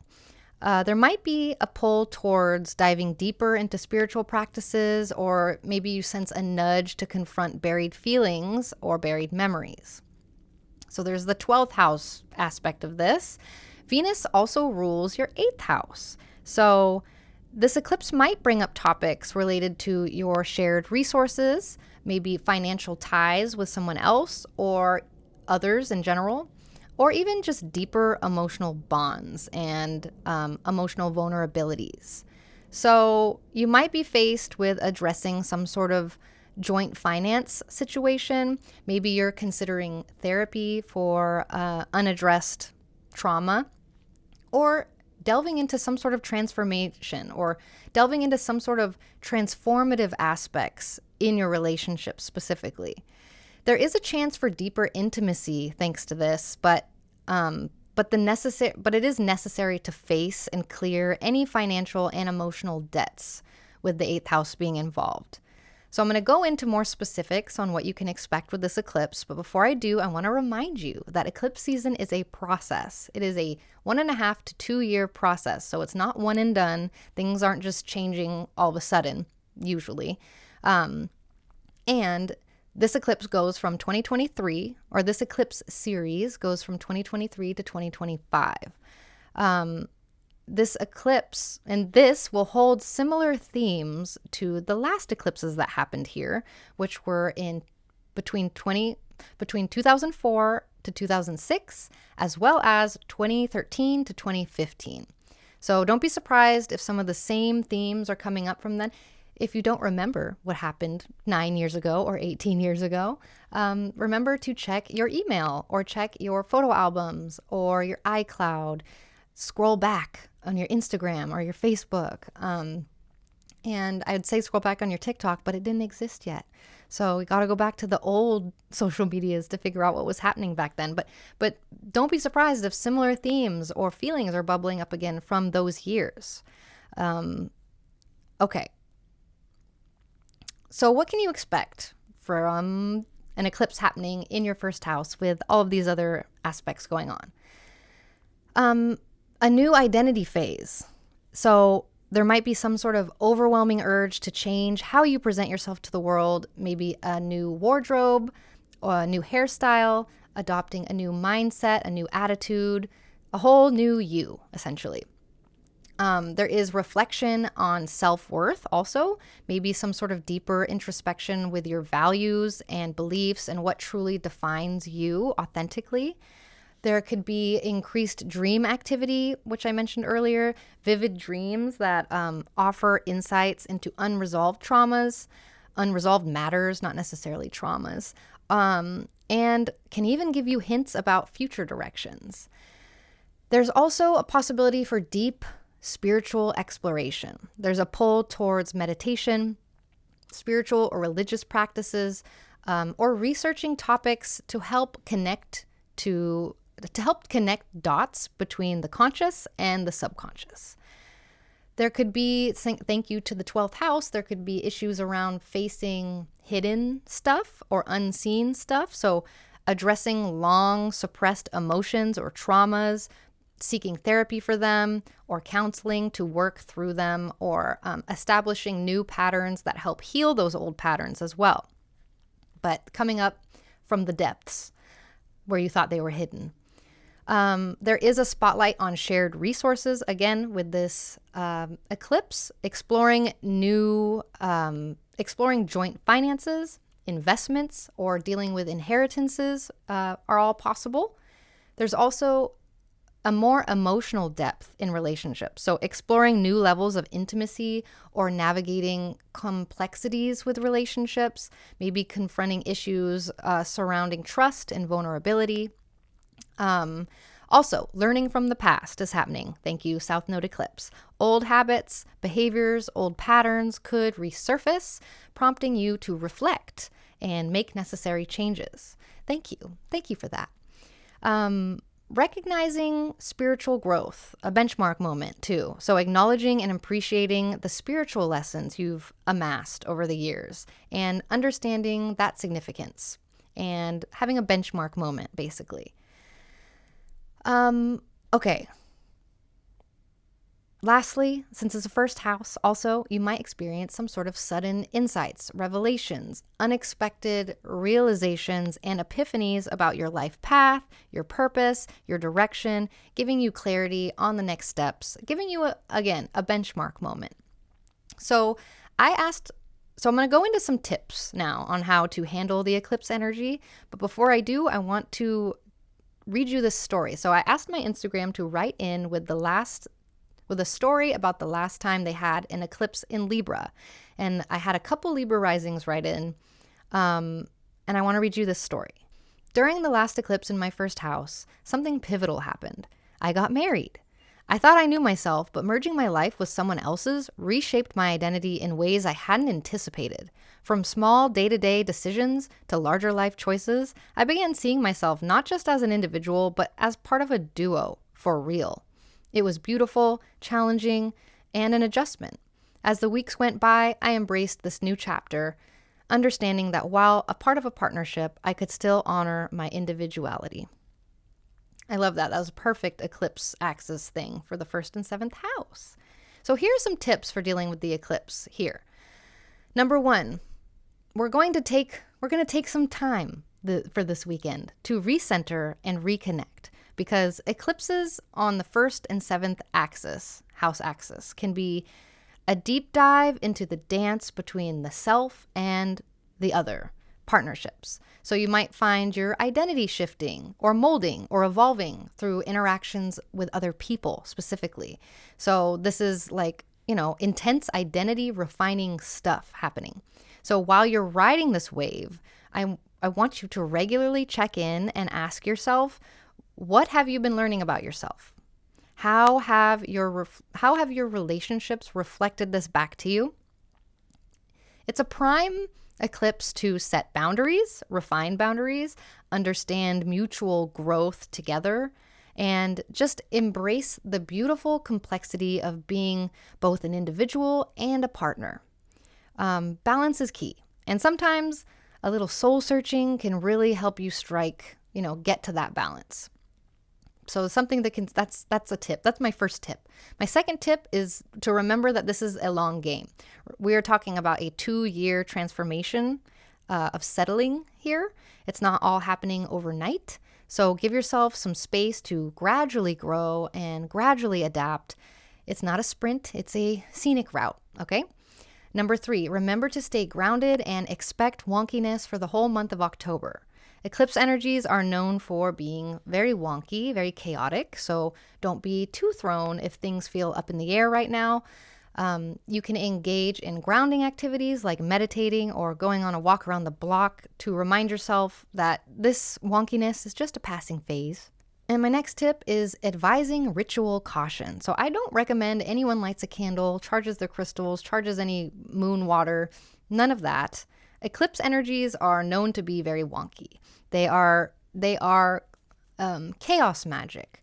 So unless you are well versed in chaos magic, which very few people are, I recommend you avoid any type of rituals. And I mean, eclipses are very unpredictable. You cannot harness its energy and direct it in a way that you want. It does what it wants. So it's wise to tread cautiously. And my last point, which is a little bit silly and fun, and I don't want you to take it too seriously, but I do like talking about it. A little ancient wisdom for you. Back in the day, the ancients used to believe that eclipses were very malefic, and they believed that eclipses beamed down baleful rays that could bring a dash of misfortune or just bad luck into your next year. So it is an old belief. The ancients believed it, and they also didn't believe in washing their hands, so you got to take all of it with a grain of salt. But if you are on the superstitious side, you might opt to watch the eclipse from inside. And if you do step outside, just be conscious of the vibes that the ancients believe you might be soaking up. So, overall, Libra, this eclipse asks you, have relationships taken center stage so much that you've put a part of yourself on the back burner? Are there layers of your identity that got a bit lost in the relationship shuffle? And how can dusting off those parts of you reshape how you vibe with yourself and how you vibe with others? It's time to recalibrate and find another balance, which, Libras have a natural talent for. So that's what we have. How do you feel about the upcoming eclipse? Are you concerned? Have you noticed any patterns come up yet? I would love to read your comment. Drop a comment. Let's share and learn from each other. Help build the community. So yeah, if you enjoyed this video, please like, please subscribe. And if you want to delve deeper into astrology with me, remember Pyxis Fellowship offers monthly and weekly personalized horoscopes. I am available for one-on-one consultations if you want to get a reading from me, or if you want to start a mentorship with me.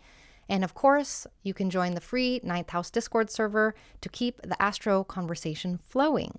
Thanks, y'all. Good luck. I will catch you on the other side. Hello, Scorpio besties. Let's discuss this new moon solar eclipse happening at 21 degrees Libra in your 12th house. So eclipses are basically symbols of major endings and major new beginnings that happen at the same time. So it's like the end of an era and the beginning of an era are happening simultaneously. And that means that this year and next year is essentially the beginning of a new era in your life. So let's talk about the 12th house themes, which we love. So there is a lot of focus on the subconscious and the unseen with this eclipse. It highlights the need for retreat, for introspection, for reconnecting with your inner self. There is emphasis on spiritual exploration. There is emphasis on spiritual practices and just diving into your deeper psyche. There are potential for revelations within dreams, maybe a draw to solitary activities, or just confronting things that you've previously pushed down or pushed away into the background. There is a chance to address any feelings of stuckness, if you're feeling stuck or confined. And there is a chance to find healing through therapy as well. That's 12th housey. And just other forms of introspection. Journaling, that shadow work journal on TikTok. Okay, but if I'm going to talk about Libra, I have to talk about Venus. Venus is the ruler of Libra. Venus is the ruler of the eclipse. So, and Venus is in Virgo. Venus is on its last leg of its transformation journey since the beginning of its retrograde early this summer. So yeah, Venus is in Virgo, in detriment, in your 11th house. And the 11th house brings a focus on community and collective efforts. It's all about your wider circle and your community vibes. There are interactions with friends or group projects that might be more prominent.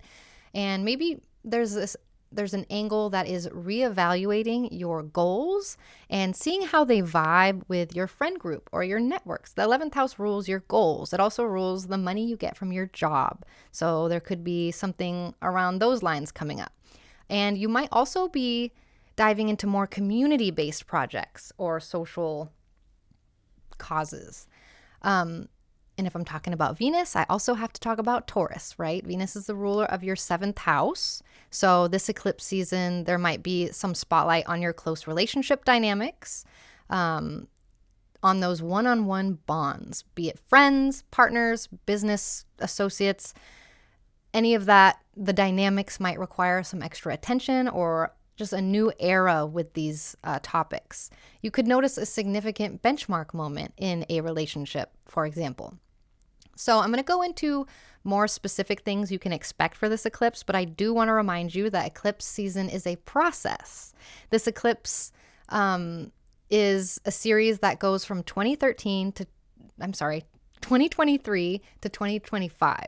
So it's not a one and done thing. It's a whole 1.5 to 2 year process. And this eclipse is going to be holding similar themes to the eclipses that happened back in 2004 to 2006, as well as 2013 to 2015. So you can look back at those years. If you don't have a calendar or agenda that goes back that far, check your email, check your social media. TikTok wasn't around then, so got to go back to Facebook or Instagram. But don't be surprised if some of the same themes or feelings from back then are bubbling up to be revisited, because it is the same. It is the same karmic cycle. So what can you expect? Some possible themes and effects from this eclipse include intense dream activity, a spike in vivid or symbolic dreams that might need some deciphering, might be trying to communicate something with you. There's also a need for solitude, feeling a stronger pull to spend time alone, reflecting, recharging. Old memories could resurface. Thank you, South Node. Past experiences, especially things that you haven't fully dealt with, might come forward. Diving into spirituality is supported. So you might feel an increased interest in spiritual practices like yoga, meditation, tarot, astrology, etc. You can expect possible friend group shifts. With Venus in the 11th house, some friendships might drift away and new ones are forming. You can also expect relationship benchmarks, like I said earlier, like significant moments in your partnerships, both romantic and business and friendly and familial. There's an opportunity to redefine and strengthen bonds. And with all this looking back type energy, you might start to understand old patterns, like realizing repetitive behaviors or repetitive patterns, especially within your relationships, and working to change those. And lastly, you can expect a spiritual breakthrough of some kind. This eclipse might offer a profound spiritual experience or realization that reshapes your understanding of the universe and your place in it. Sounds pretty big, right? That's 12th house for you. So I'm going to go into the tips of how to handle this eclipse. But before I do, I want to tell you a story. I asked my Instagram to write in with stories for the last eclipse that happened in Libra. And I got one from a Scorpio rising that is very, very good. So I'm going to read it to you. Okay. During the last eclipse in my 12th house, I found myself inexplicably drawn to an old journal from years ago, tucked away in the attic. Reading it, memories of an old flame resurfaced, a relationship I hadn't thought about in ages. We had parted because of differing life goals. Feeling the pull of the past, I reached out and we met for coffee. While the romantic spark just wasn't there anymore, our reconnection led to a profound heart-to-heart. We cleared old misunderstandings, and now we're collaborating on a community project that blends our mutual passions. The universe truly moves in mysterious ways. Yes, it does. And, just for a little more data, I'll tell you, as a Scorpio rising, the last time we had eclipses in these houses, 9 years ago, 2013 to 2015, that's when I got married. I'm divorced now, but I got married to my ex-husband at that time. And 18 years ago, I had my first boyfriend. And what's really entertaining about that is I'm with that same boyfriend today. So 18 years later, we come back around and I'm with my first boyfriend again. And very interesting. So the first time this happened, I had my first boyfriend. The second time this happened, or the halfway point, I got married to a different person. And the full round, when it comes all the way back around, I'm with the same guy from the first time. Astrology be astrologizing, right? Write to me in the comments and let me know your stories, if you have any stories like that. So here are some tips for dealing with the eclipse. Number 1, find balance between rest and routine. So the eclipses, this series will be hitting your 12th and 6th houses. So this is a dance between your inner and spiritual world and your daily grind. So prioritizing self-care, listening to your intuition, but also staying committed to your daily responsibilities is the balance.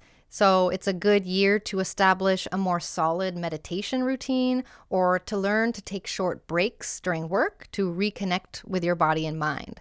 I should really be taking my own advice and take a break after this, but I'm going to keep trucking. Okay, my second tip. This is the long game, okay? Remember, we are talking about a 2-year transformation where it settles in. It's not all going to happen overnight. So give yourself space to grow and adapt. Allow for benchmark moments during eclipse season, but don't expect it all to be done. It's not a sprint. This is the scenic route we're taking. Number 3, remember to expect wonkiness all through October. And because of that, try and stay grounded. So eclipse energies are known for being very wonky. Don't be surprised if things feel up in the air during October. And it's important to engage in grounding activities like meditation or walking around the block, whatever type of grounding activity you do that resonates with you. Remind yourself that this is just a passing phase, okay? Eclipse season is just that. It is a season, and it's not going to be like this forever. My next tip, I advise ritual caution. I do not recommend lighting a candle, charging your crystals, charging any moon water. I recommend doing nothing for this eclipse, okay? Unless you are well-versed in chaos magic, which very few people really are, it's best to avoid any eclipse rituals because eclipses are very unpredictable with their energy. You can't really harness their energy and direct it any which way because eclipses by nature are about things getting eclipsed, things being hard to see, that sort of thing. So it's wise to tread cautiously in the ritual department. I will be doing nothing. And that kind of leads me into my last tip, which is kind of a silly, fun one. I don't want you to take it too seriously, but I always like talking about it, so I have to mention it. A little bit of ancient wisdom. Back in the day, the ancients used to believe that eclipses beamed down baleful rays that could bring a dash of misfortune or bad luck to your coming year. So this is an old ancient belief, but if you lean towards the superstitious side, you might want to watch the eclipse from inside and not outside. But if you do decide to go outside, just be conscious of the vibes that the ancients believe you're soaking up. I like to try and stay inside during eclipses, but it definitely doesn't always work out that way, and I'm still alive, so we can go outside, I just like to mention what the ancients used to believe, and I will be trying to stay inside, but I don't know if I'll be able to. So, Scorpios, this eclipse is asking you, are there parts of you that need acknowledgement and healing? They're going to bubble up. What relationships or relationship dynamics have you been neglecting or pushing to the background? Maybe it's time to face those and find a healthier daily balance of some kind. After all, transformation is your specialty as a Scorpio. So that's what we have. How do you feel about this upcoming eclipse? Have you noticed any of these patterns coming up or noticed them before the last eclipses? Drop a comment. I love reading your comments. I love reading your stories. Let's share. Let's learn from each other. Help build community. It makes the community so much more exciting when you comment. If you enjoyed this video and you want to delve deeper into astrology with me, Pyxis Fellowship is available to join if you want weekly or monthly horoscopes. I'm also available for one-on-one consultations, either for astrology readings or for astrology mentorship. And of course, you're welcome to join the free 9th House Discord server to keep the astro conversation flowing.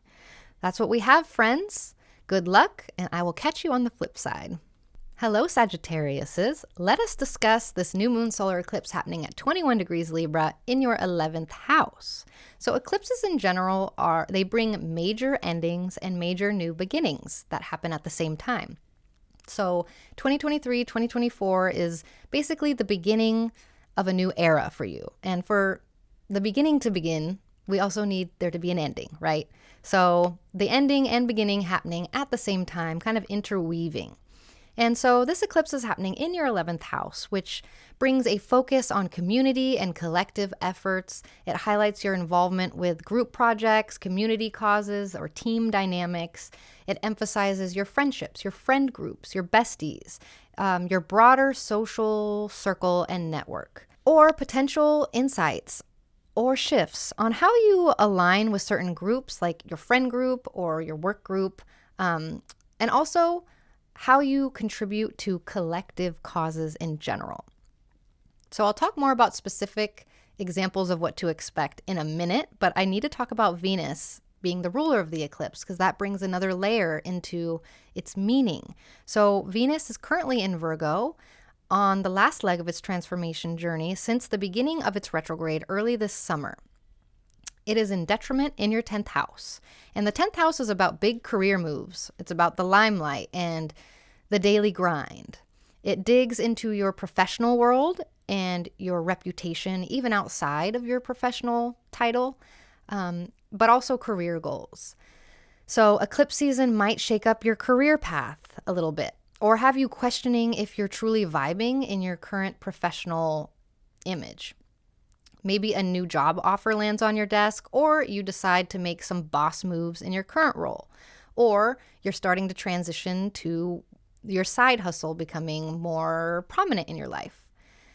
So Venus also rules the 6th house. We have to look at the Taurus house also to get a little dimension into this. So the 6th house brings in shifts with your day-to-day routine and your to-do list. This is kind of along the same lines of the 10th house, where it has to do with work and shifts with work and your daily grind. So whether it's adjusting to new workplace dynamics, or adjusting your health regimen, or handling changes with pets, you'll be in a phase of recalibration with your daily routine.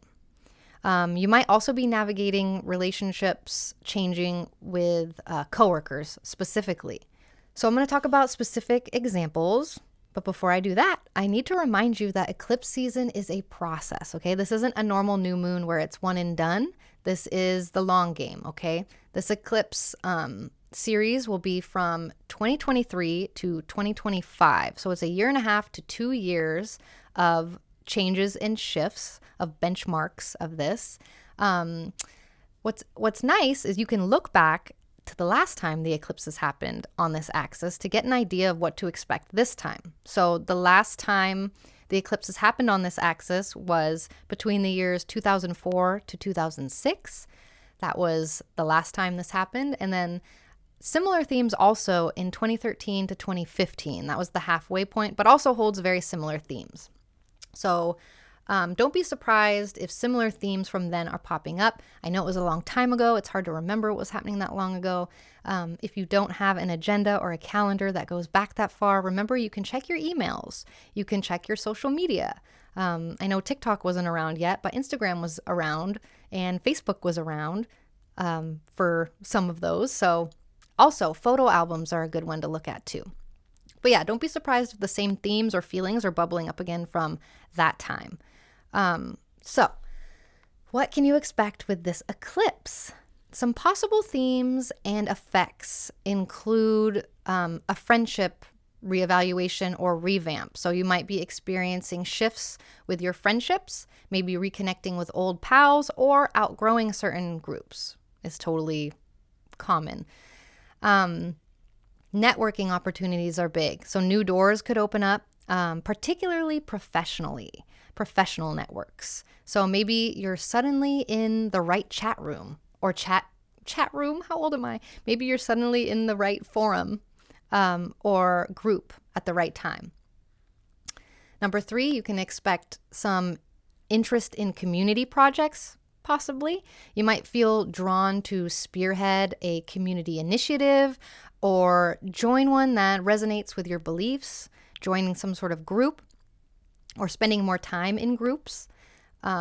Just an overall social reevaluation is possible with this, a rethinking of your role in social groups or social dynamics and questioning the impacts of you in these social situations. Also, we can expect possible career shifts. Given Venus's placement in Virgo right now, there could be unexpected turns with the roles that you are known for taking on, perhaps starting a project that aligns more with your passions or something like that. Your public image is also up for review thanks to Venus being there. So I wouldn't say review. I should just say that there's a heightened focus on how your wider network perceives you. Tweaks to your professional branding or image could be in order over the next year or so.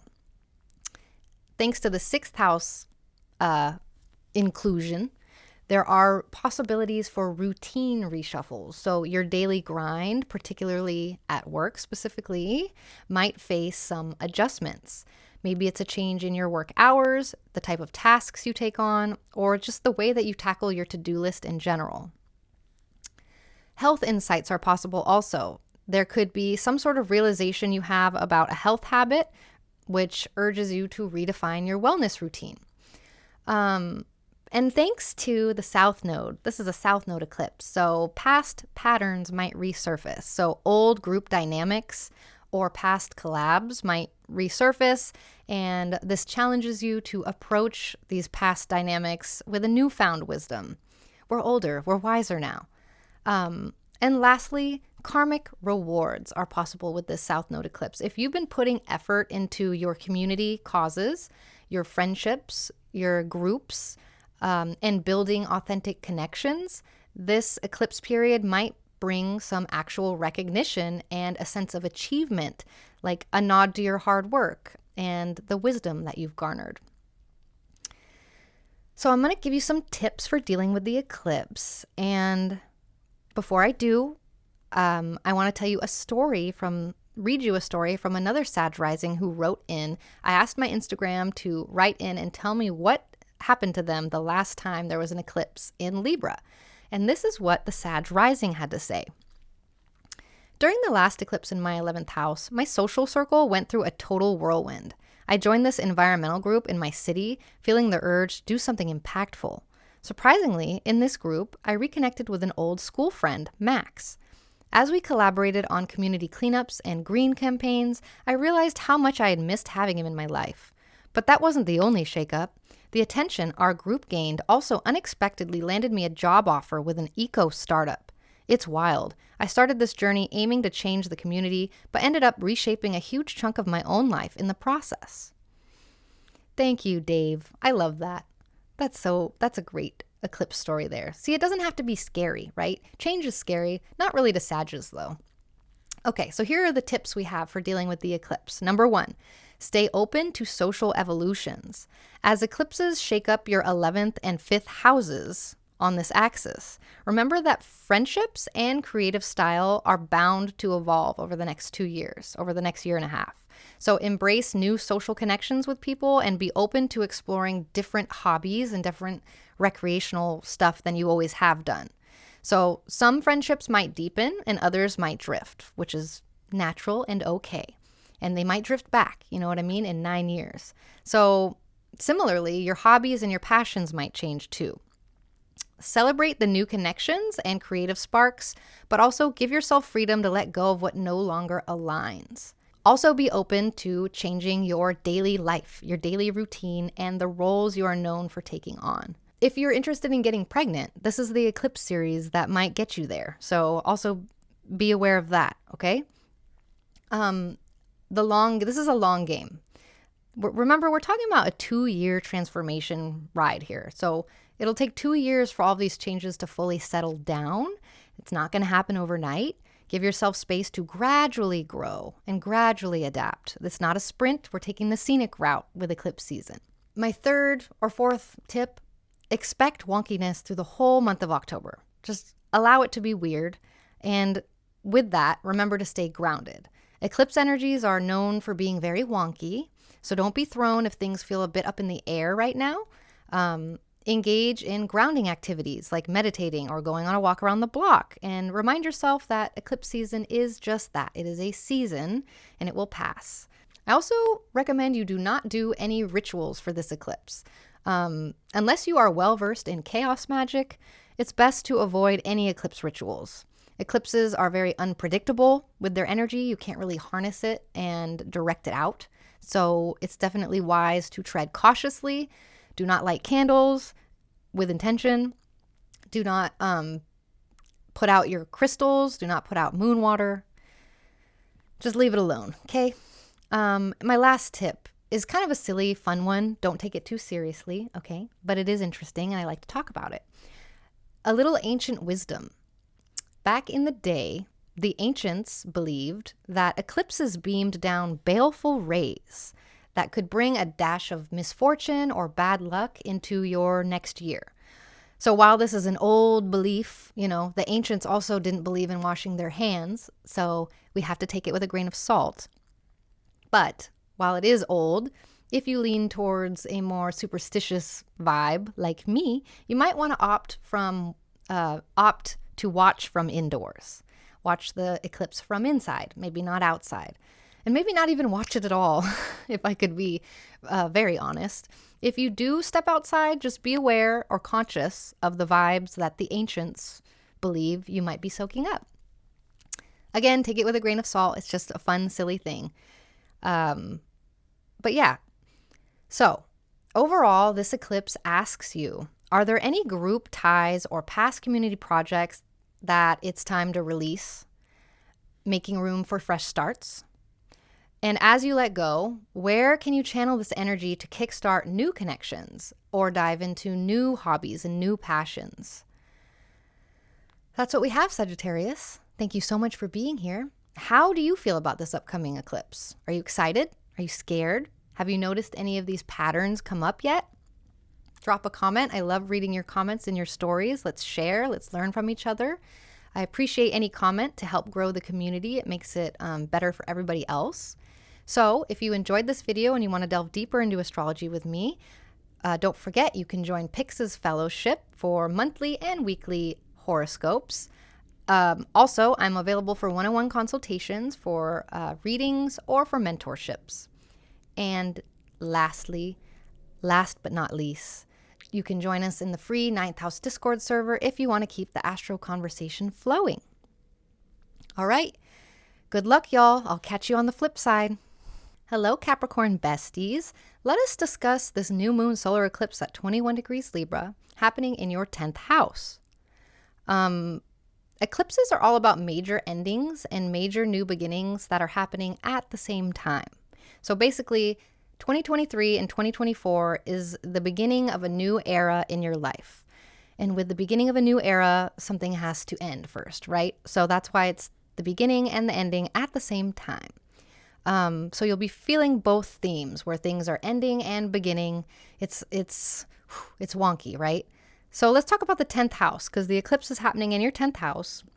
I'm going to go over some basics on it, and then I will give you what you can expect, and then I'll give you some tips.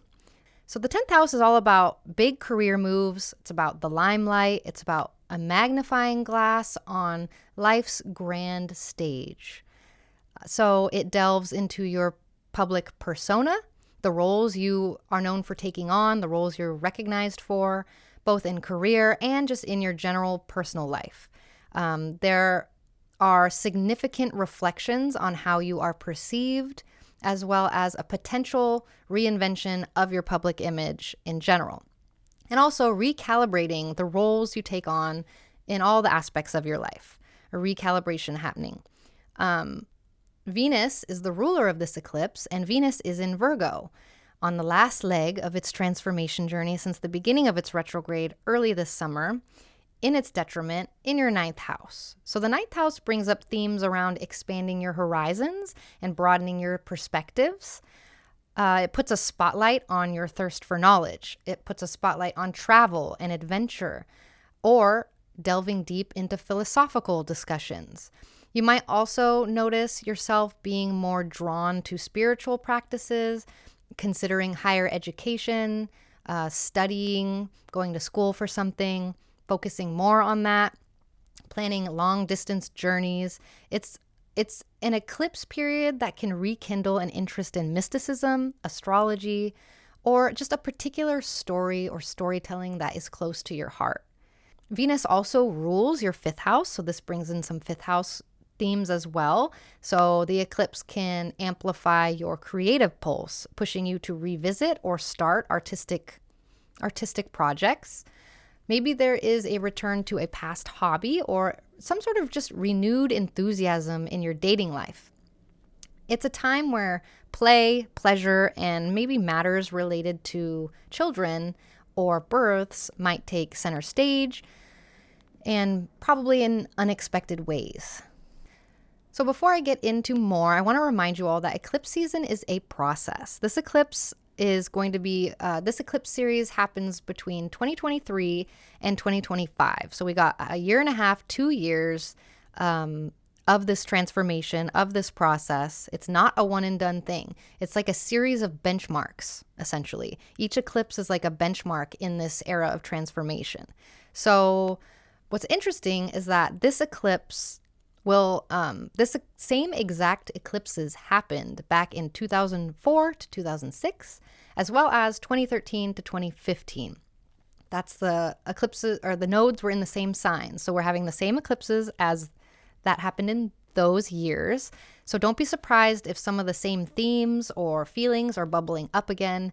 If you aren't someone who has an agenda from 9 years ago or 18 years ago to look back at what was happening, or a journal, if you're not a journaler, you can always check your emails. Check your old emails, because I bet you don't delete all of them. If you do, comment below, because you are a Capricorn rising. You might delete all of your emails, but you can look back to those years, see what was happening. If you don't have your emails, look through your old photo albums. That always works too.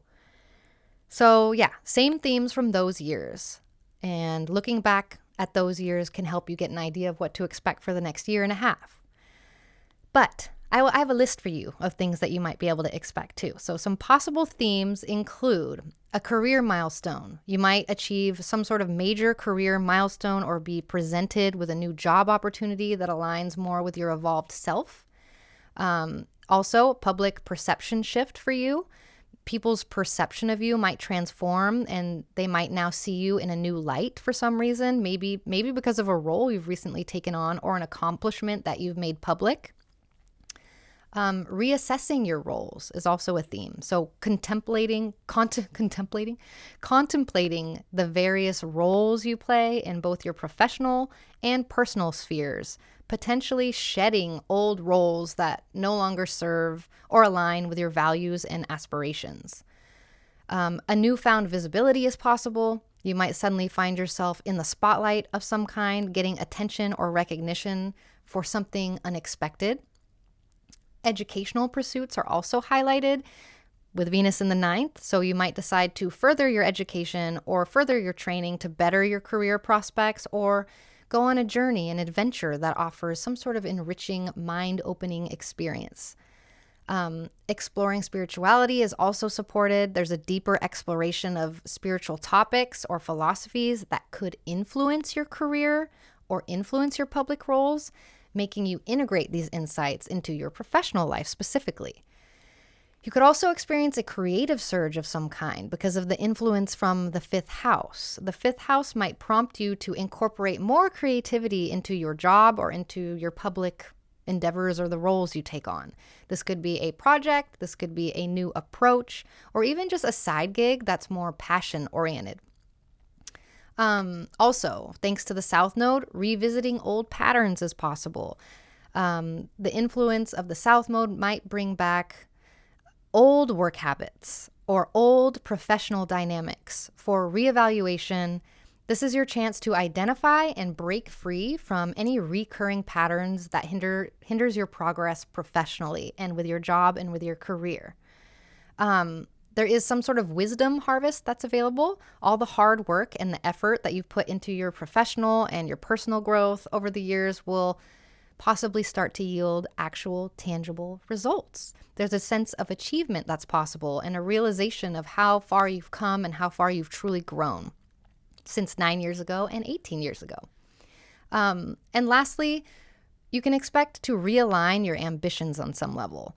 The overarching theme of this eclipse might lead you to redefine your goals and your ambitions. You'll ponder on what truly matters, and this shapes your future trajectory based on a mix of past experiences and current aspirations.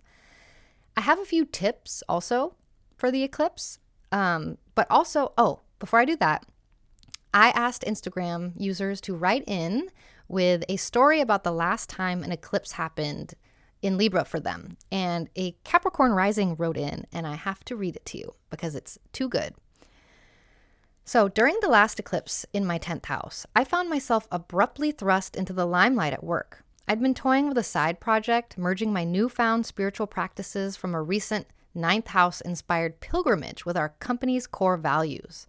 To my astonishment, the CEO caught wind of it and wanted me to present it company-wide. I was terrified but leaned into my 5th house Venus vibes and added a creative spin. The presentation was actually a hit. I was shocked. Not only did I earn a promotion, but my colleagues now affectionately dub me the office guru. It was a stark shift in how I was perceived, and though challenging, it truly reshaped my professional path. I thought that was too good not to share. So there you have it. There's from a fellow Capricorn rising, a possibility of the eclipse. So here are some tips for dealing with the eclipse. Number 1, focus on adaptability. Or maybe not focus on it, but be adaptable. So eclipses are shaking up your 4th house and your 10th house. And that is your public and private spheres. So you got to stay flexible with how much is shifting here. Embrace changes, whether they appear in your career trajectory or your family dynamics. This doesn't mean ignoring one for the other necessarily, but rather adapting to the shifts in both areas with resilience and an open mind. Being nimble will help you navigate whatever unpredictable currents that these eclipses can bring. So we're going to stay adaptable. Second point, this is the long game. Remember, we are talking about a 2-year transformation ride here. This is not all going to happen overnight. So give yourself the space to gradually grow, to gradually evolve. This isn't a sprint. This is the scenic route. It's definitely not, happening all at once. So my third point, remember that, I guess I should say, expect wonkiness for the entire month of October, and try and stay grounded if you can, because eclipse energies are known for its wonkiness, for the amount of change that they bring. Don't be thrown if things feel like they're up in the air right now. That is eclipse season vibes. So instead of being anxious about things being up in the air, you can focus on being more grounded, or focus on grounding activities like meditating or going on a walk around the block. And just remind yourself that this is a passing phase. This is eclipse season. It's a passing little bump in the road. Also, I advise you to use caution if you plan to do a ritual with the eclipse. Unless you are well-versed in chaos magic, I do not recommend any eclipse rituals. I do not recommend lighting a candle, charging your crystals, doing any moon water, none of that. Eclipses are very unpredictable with their energy. You can't really harness it and direct it where you want it to go. It kind of just does its own thing. So it's wise to tread cautiously. So my last point is kind of a joke. Don't take it seriously, okay? But I do like bringing it up because it's fun. The ancients believed that eclipses beamed down baleful rays, which bring a dash of misfortune or bad luck to your future year. So we like to avoid the baleful rays if possible. I mean, it's an old ancient belief, and the ancients also didn't believe in washing their hands. So, take it with a grain of salt. But if you're superstitious, you might opt to watch the eclipse from inside. And if you do step out, you can be conscious of what the ancients believed you were soaking up. So this eclipse asks you, what past ambitions or roles have you outgrown that you need to shed? What is no longer serving your path? As you release this old energy, what new ventures and new identity facets are waiting in the wings? Waiting and just ready to reshape not just your public persona, but your whole life's direction. It's a big one for y'all, Capricorn. So how do you feel about this upcoming eclipse? Have you noticed any of these patterns coming up for you before or now? Drop a comment. Let's share. I'd love to learn and read what y'all have to say. So if you enjoyed this video, don't forget to like and subscribe, help my channel grow, help the community grow. And if you want to delve deeper into astrology with me, you can join Pix's Fellowship for weekly and monthly horoscopes. I am available for one-on-one consultations, either readings or mentorships. And of course, you can join us in the free 9th House Discord server to keep the astro conversation flowing. That's what we have, y'all. Good luck. I'll catch you on the flip side. Hello, Aquarius.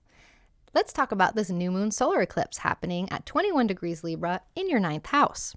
So eclipses are about major endings and major new beginnings happening at the same time. One thing is ending and one thing is beginning. I guess I should say multiple facets of your life are ending and multiple are beginning at the same time. And so this year and next year is pretty much the beginning of a new era in your life. And let's talk about the 9th house, because that's where this eclipse is on Saturday. The 9th house is like, think big adventures and even bigger ideas. We're talking travels, dabbling in new philosophies, and maybe even hitting the books for some sort of study.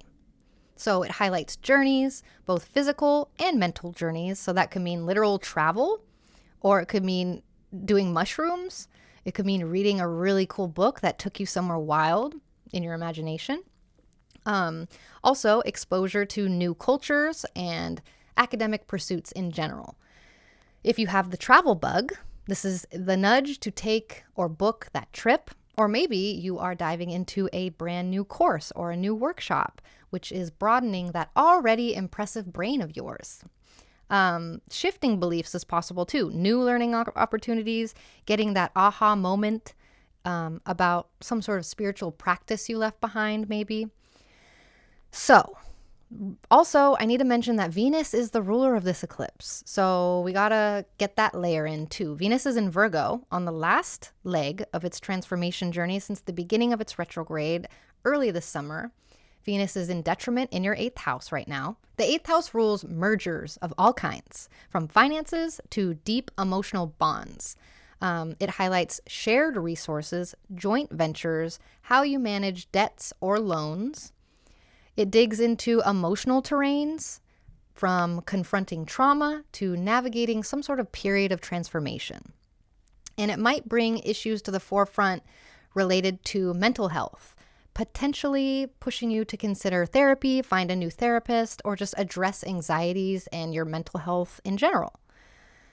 And can't mention Venus without mentioning what it rules besides Libra, which is Taurus, your 4th house. So this eclipse also has a layer that casts a light on things home and hearth, from reorganizing spaces to nesting in cozy corners. There's a strong pull to make your surroundings resonate more with your soul. You might consider reconsider property decisions, spruce up your house, or dive into understanding your family heritage. But amidst this, there is a touch of nostalgia or a call to strengthen family ties of some kind. So I'm going to talk more about what you can expect for this eclipse, but before I do, I want to remind you that eclipse season is a process, okay? This eclipse series is from 2023 to 2025. It's a 1.5 to 2-year ordeal. It is not one and done. It is a series of benchmark moments. That's what eclipse season is. And eclipse season is March and April, October and November. So these are your benchmark months. And this, I guess I should say, these eclipses coming up, this eclipse, the ones for the next year or so, will hold similar themes to the eclipses that happened back in 2004 to 2006 and 2013 to 2015. So don't be surprised if some of the same themes or feelings is bubbling up again for you. And if you don't remember what was happening 9 and 18 years ago, remember to check your emails. If you're not an agenda or a journal person, check your old emails or check your old photo albums, your iCloud. There might be something, or I shouldn't say iCloud, I should say social media, your Instagram, your Facebook. Those were around back then. So yeah, okay. Look back to know what to expect. And here are some possible themes and effects for this eclipse. Let's see, where do I begin? Inspired journeys are possible, like a sudden urge to explore new landscapes, maybe booking a long dreamed of trip or a journey that you've wanted to go on. Academic pursuits that's a theme that can be for these eclipses. Considering enrolling in higher education or workshops or classes, this is a time where you might be finally buying that course that you've been eyeing. A philosophical evolution is possible over the next year or so, a shift or evolution in your personal beliefs, possibly influenced by a book you read recently, a person you talked to, or an experience you had. Changes in perspectives. Also, meeting people from different backgrounds, leading to a more enriched understanding and appreciation for diversity and just the world in general. The 8th house brings in financial reevaluations. And so a review of some sort of joint finances or just considering consolidating debts, something to do with shared resources, financial reevaluations. Deep emotional bonds becomes a theme also, thanks to Venus in the 8th house. So this can possibly strengthen ties in intimate relationships or gives you support in delving deep into personal emotional traumas and healing around that. And of course, there is the possibility for a home revamp, that home reorganization or makeover that you've been thinking about. This is the time. Ancestral exploration also. These are the 4th house themes. So delving into family history, reconnecting with distant family members, eclipse. Old patterns and new lessons is kind of the main thing with the South Node eclipse. Recognizing recurring life patterns at this point, but this time being armed with the past experience of wisdom, making decisions that can lead to genuine growth at this point. So I have some tips to give you on what to do during this eclipse. But before I do, I want to read you a story. I asked my Instagram followers to write in and tell me a story from the last time the eclipse happened in Libra. And I got this really good one for an Aquarius rising. During the last eclipse in my 9th house, I suddenly felt an overwhelming desire to explore my grandmother's homeland, a place I'd only heard of in stories. I booked a flight on impulse, and during my trip, I not only experienced the rich culture and traditions she'd always spoken of, but I also stumbled upon a family heirloom in a local antique shop that traced back to my ancestors. While sipping tea with locals and discussing philosophy and the world at large, I had this profound realization about my place in the universe. That journey changed my perspective on life and connected me deeper to my roots than I ever imagined. I couldn't have wrote a better eclipse story. If you have any eclipse stories, please comment below and tell me. I love reading them. Okay, so here are some tips for dealing with the eclipse. Number 1, stay open-minded and keep communication lines clear. With eclipses hitting your 3rd and 9th houses, these are the houses of both your local and broader understanding. So, and I'm saying it's on this axis, okay? This eclipse is hitting the 9th house, but the one at the end of October will be hitting your 3rd house. So this is a prime eclipse to embrace new ways of thinking and to be adaptable in how you communicate. Whether you're learning a new language or attending some sort of workshop, ensure that you're both speaking and listening. Got to do both. So this eclipse period is ripe for absorbing new knowledge. But remember, it's just as important to share your insights to maintain clarity in everyday interactions and to help your brain process the things that you're learning. Okay, number 2, the long game. This is the long game. Remember, we are talking 2-year transformation ride here. It's not all going to happen overnight. These are a series of benchmark moments. Each eclipse is like a benchmark in this transformation story. So Give yourself the space to gradually grow and adapt. It's not a sprint. We're taking the scenic route. We're taking the long way. Number 3, expect wonkiness for the entire month of October. And remember to stay grounded because of that.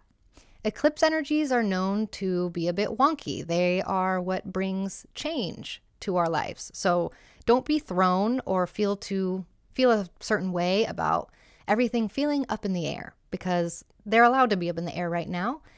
Things are being reshuffled. So what we can do instead of being anxious about that is engage in grounding activities like meditating or nature walks, and just remind yourself that this is eclipse season. It is a season that will pass. It is a passing phase. My fourth tip, do not do any rituals for this eclipse. Do not light candles. Do not put out crystals to soak up the moon.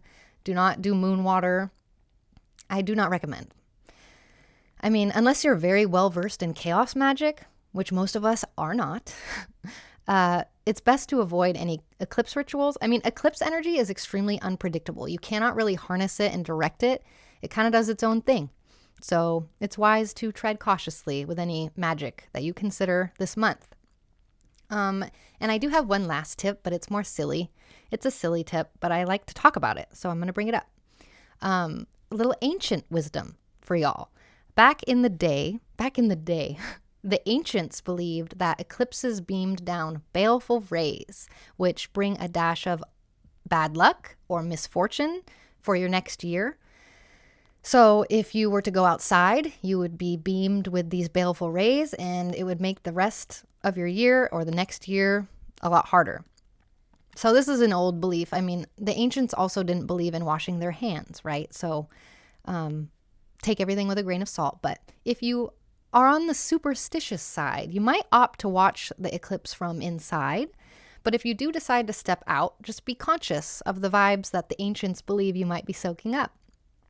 But on a more serious note, this eclipse asks you, what grand adventures or bold ideas from the past are waiting to be rediscovered for you?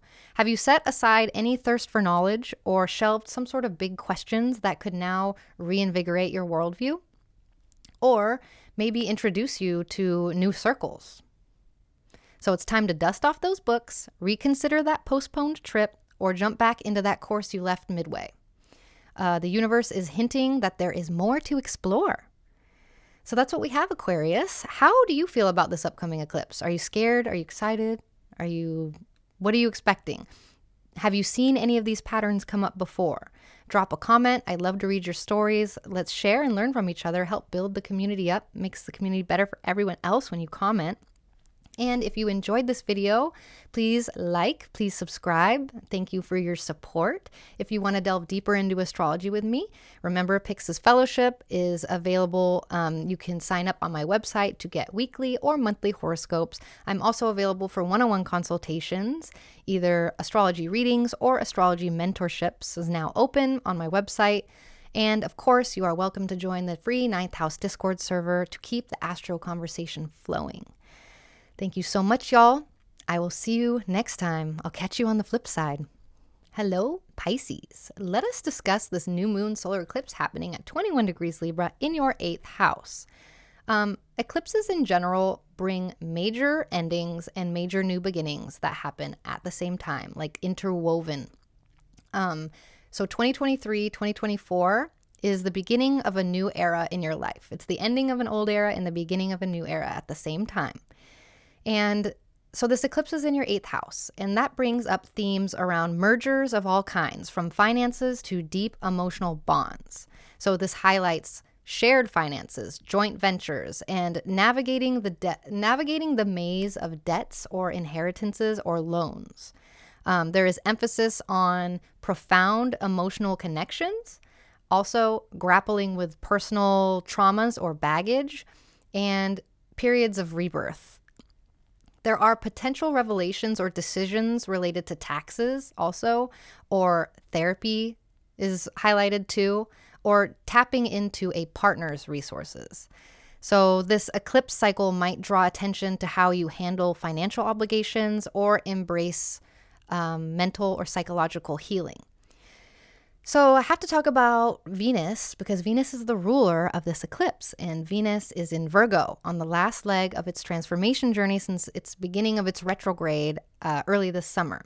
It is in detriment in your 7th house, and the 7th house brings in one-on-one interactions, interpersonal personal dynamics.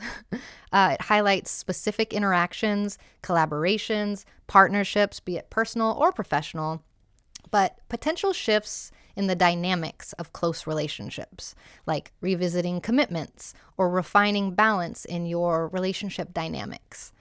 Venus also rules your 3rd house, so that brings in another layer for us to look at. The eclipse might shake up how you connect and communicate with your immediate surroundings, so you could see shifts in relationships with siblings, friends, roommates, or changes with your commutes, your daily commute, or your daily routines. So there's a renewed interest in a particular technology that's also possible, or a writing project, or even a change in neighborhood dynamics for y'all. So this eclipse series could prompt you to reconsider your perspectives also, or re-engage with a form of education or a technical skill and how you communicate in general. That's the 3rd house layer. So I'm going to talk more about what to expect more specifically. But before I do, I want to remind you all that eclipse season is a process. The eclipse, this eclipse series goes from 2023 to 2025. So it's a 1.5 year, 2-year process. It is not one and done. It's like a series of benchmark moments. Each eclipse is its own benchmark in this 2-year transformation journey on this axis of your chart.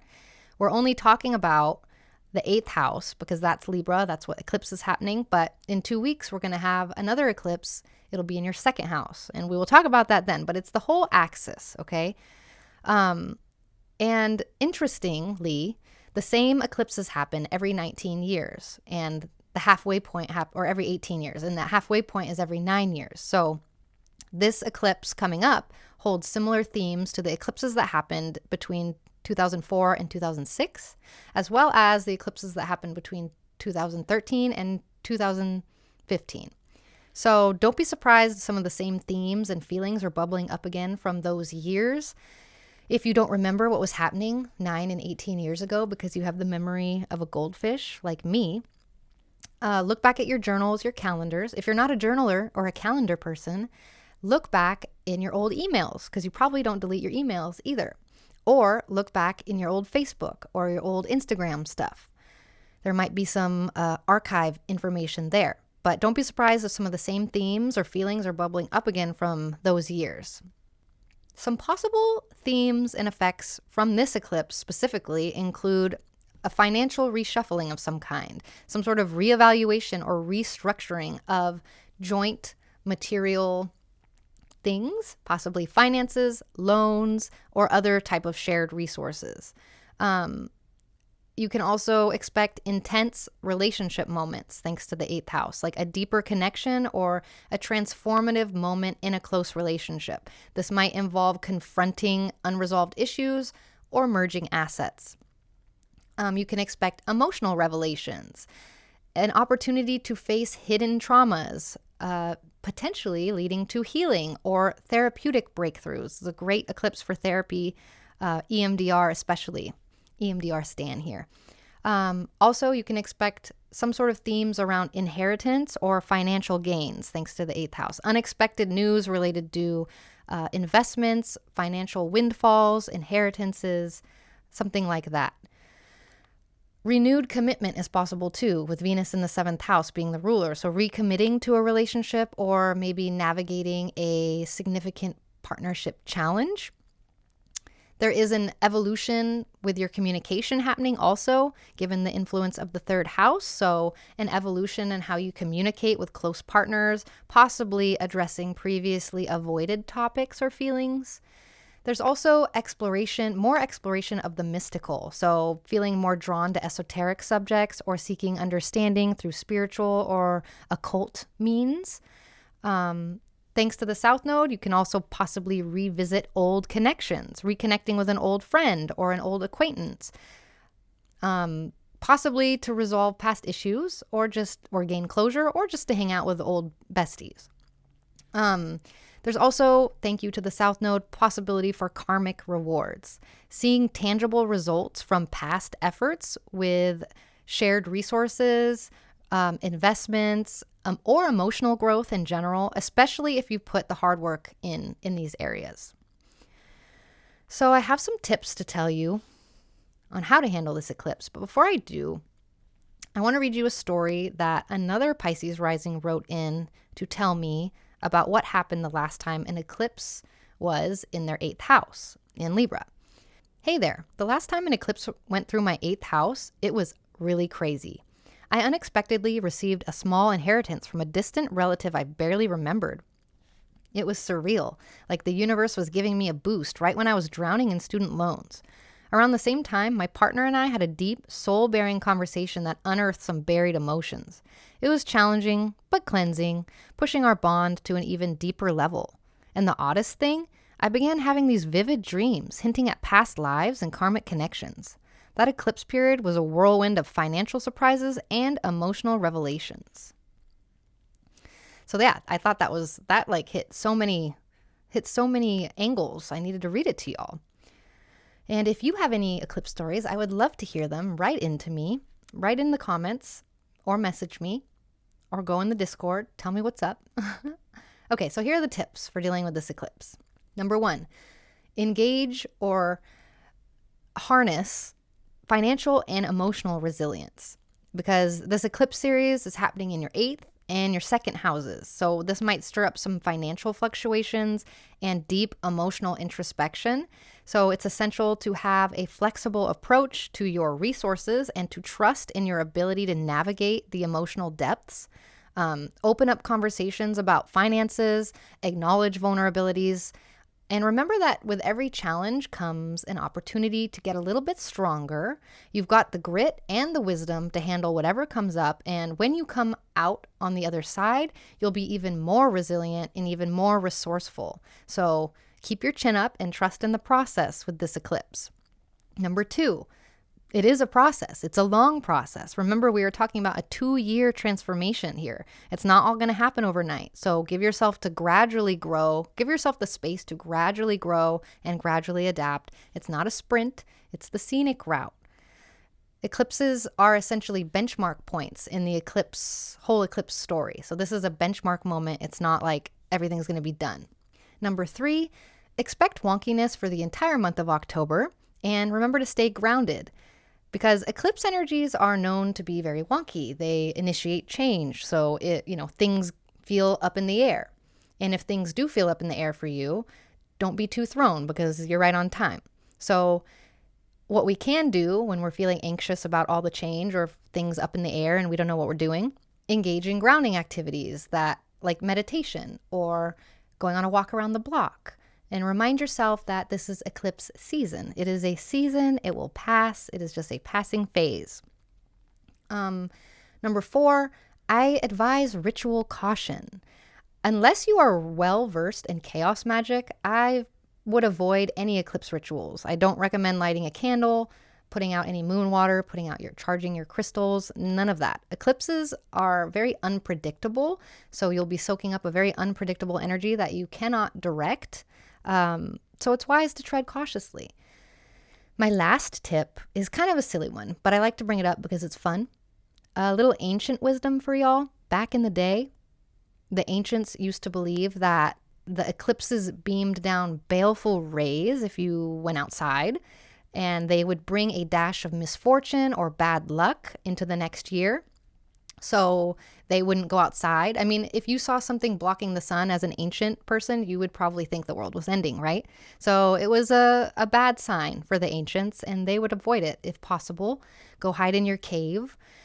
Again, the ancients also didn't believe in washing their hands, right? So we got to take everything with a grain of salt. But if you lean towards a more superstitious side, you might opt to watch the eclipse from inside or not watch it at all. But if you do decide to step outside during the day, just be conscious of the vibes that the ancients believe you're soaking up. It's just a fun thing to think about. I like to think about it. I try to not go outside during eclipses, but you know, life happens. I've pretty much gone outside for each one, and I'm still here. So we're gonna be okay. All right, but for real, switch back to serious mode. The eclipse is asking you, have you overlooked some past experiences or deep emotions?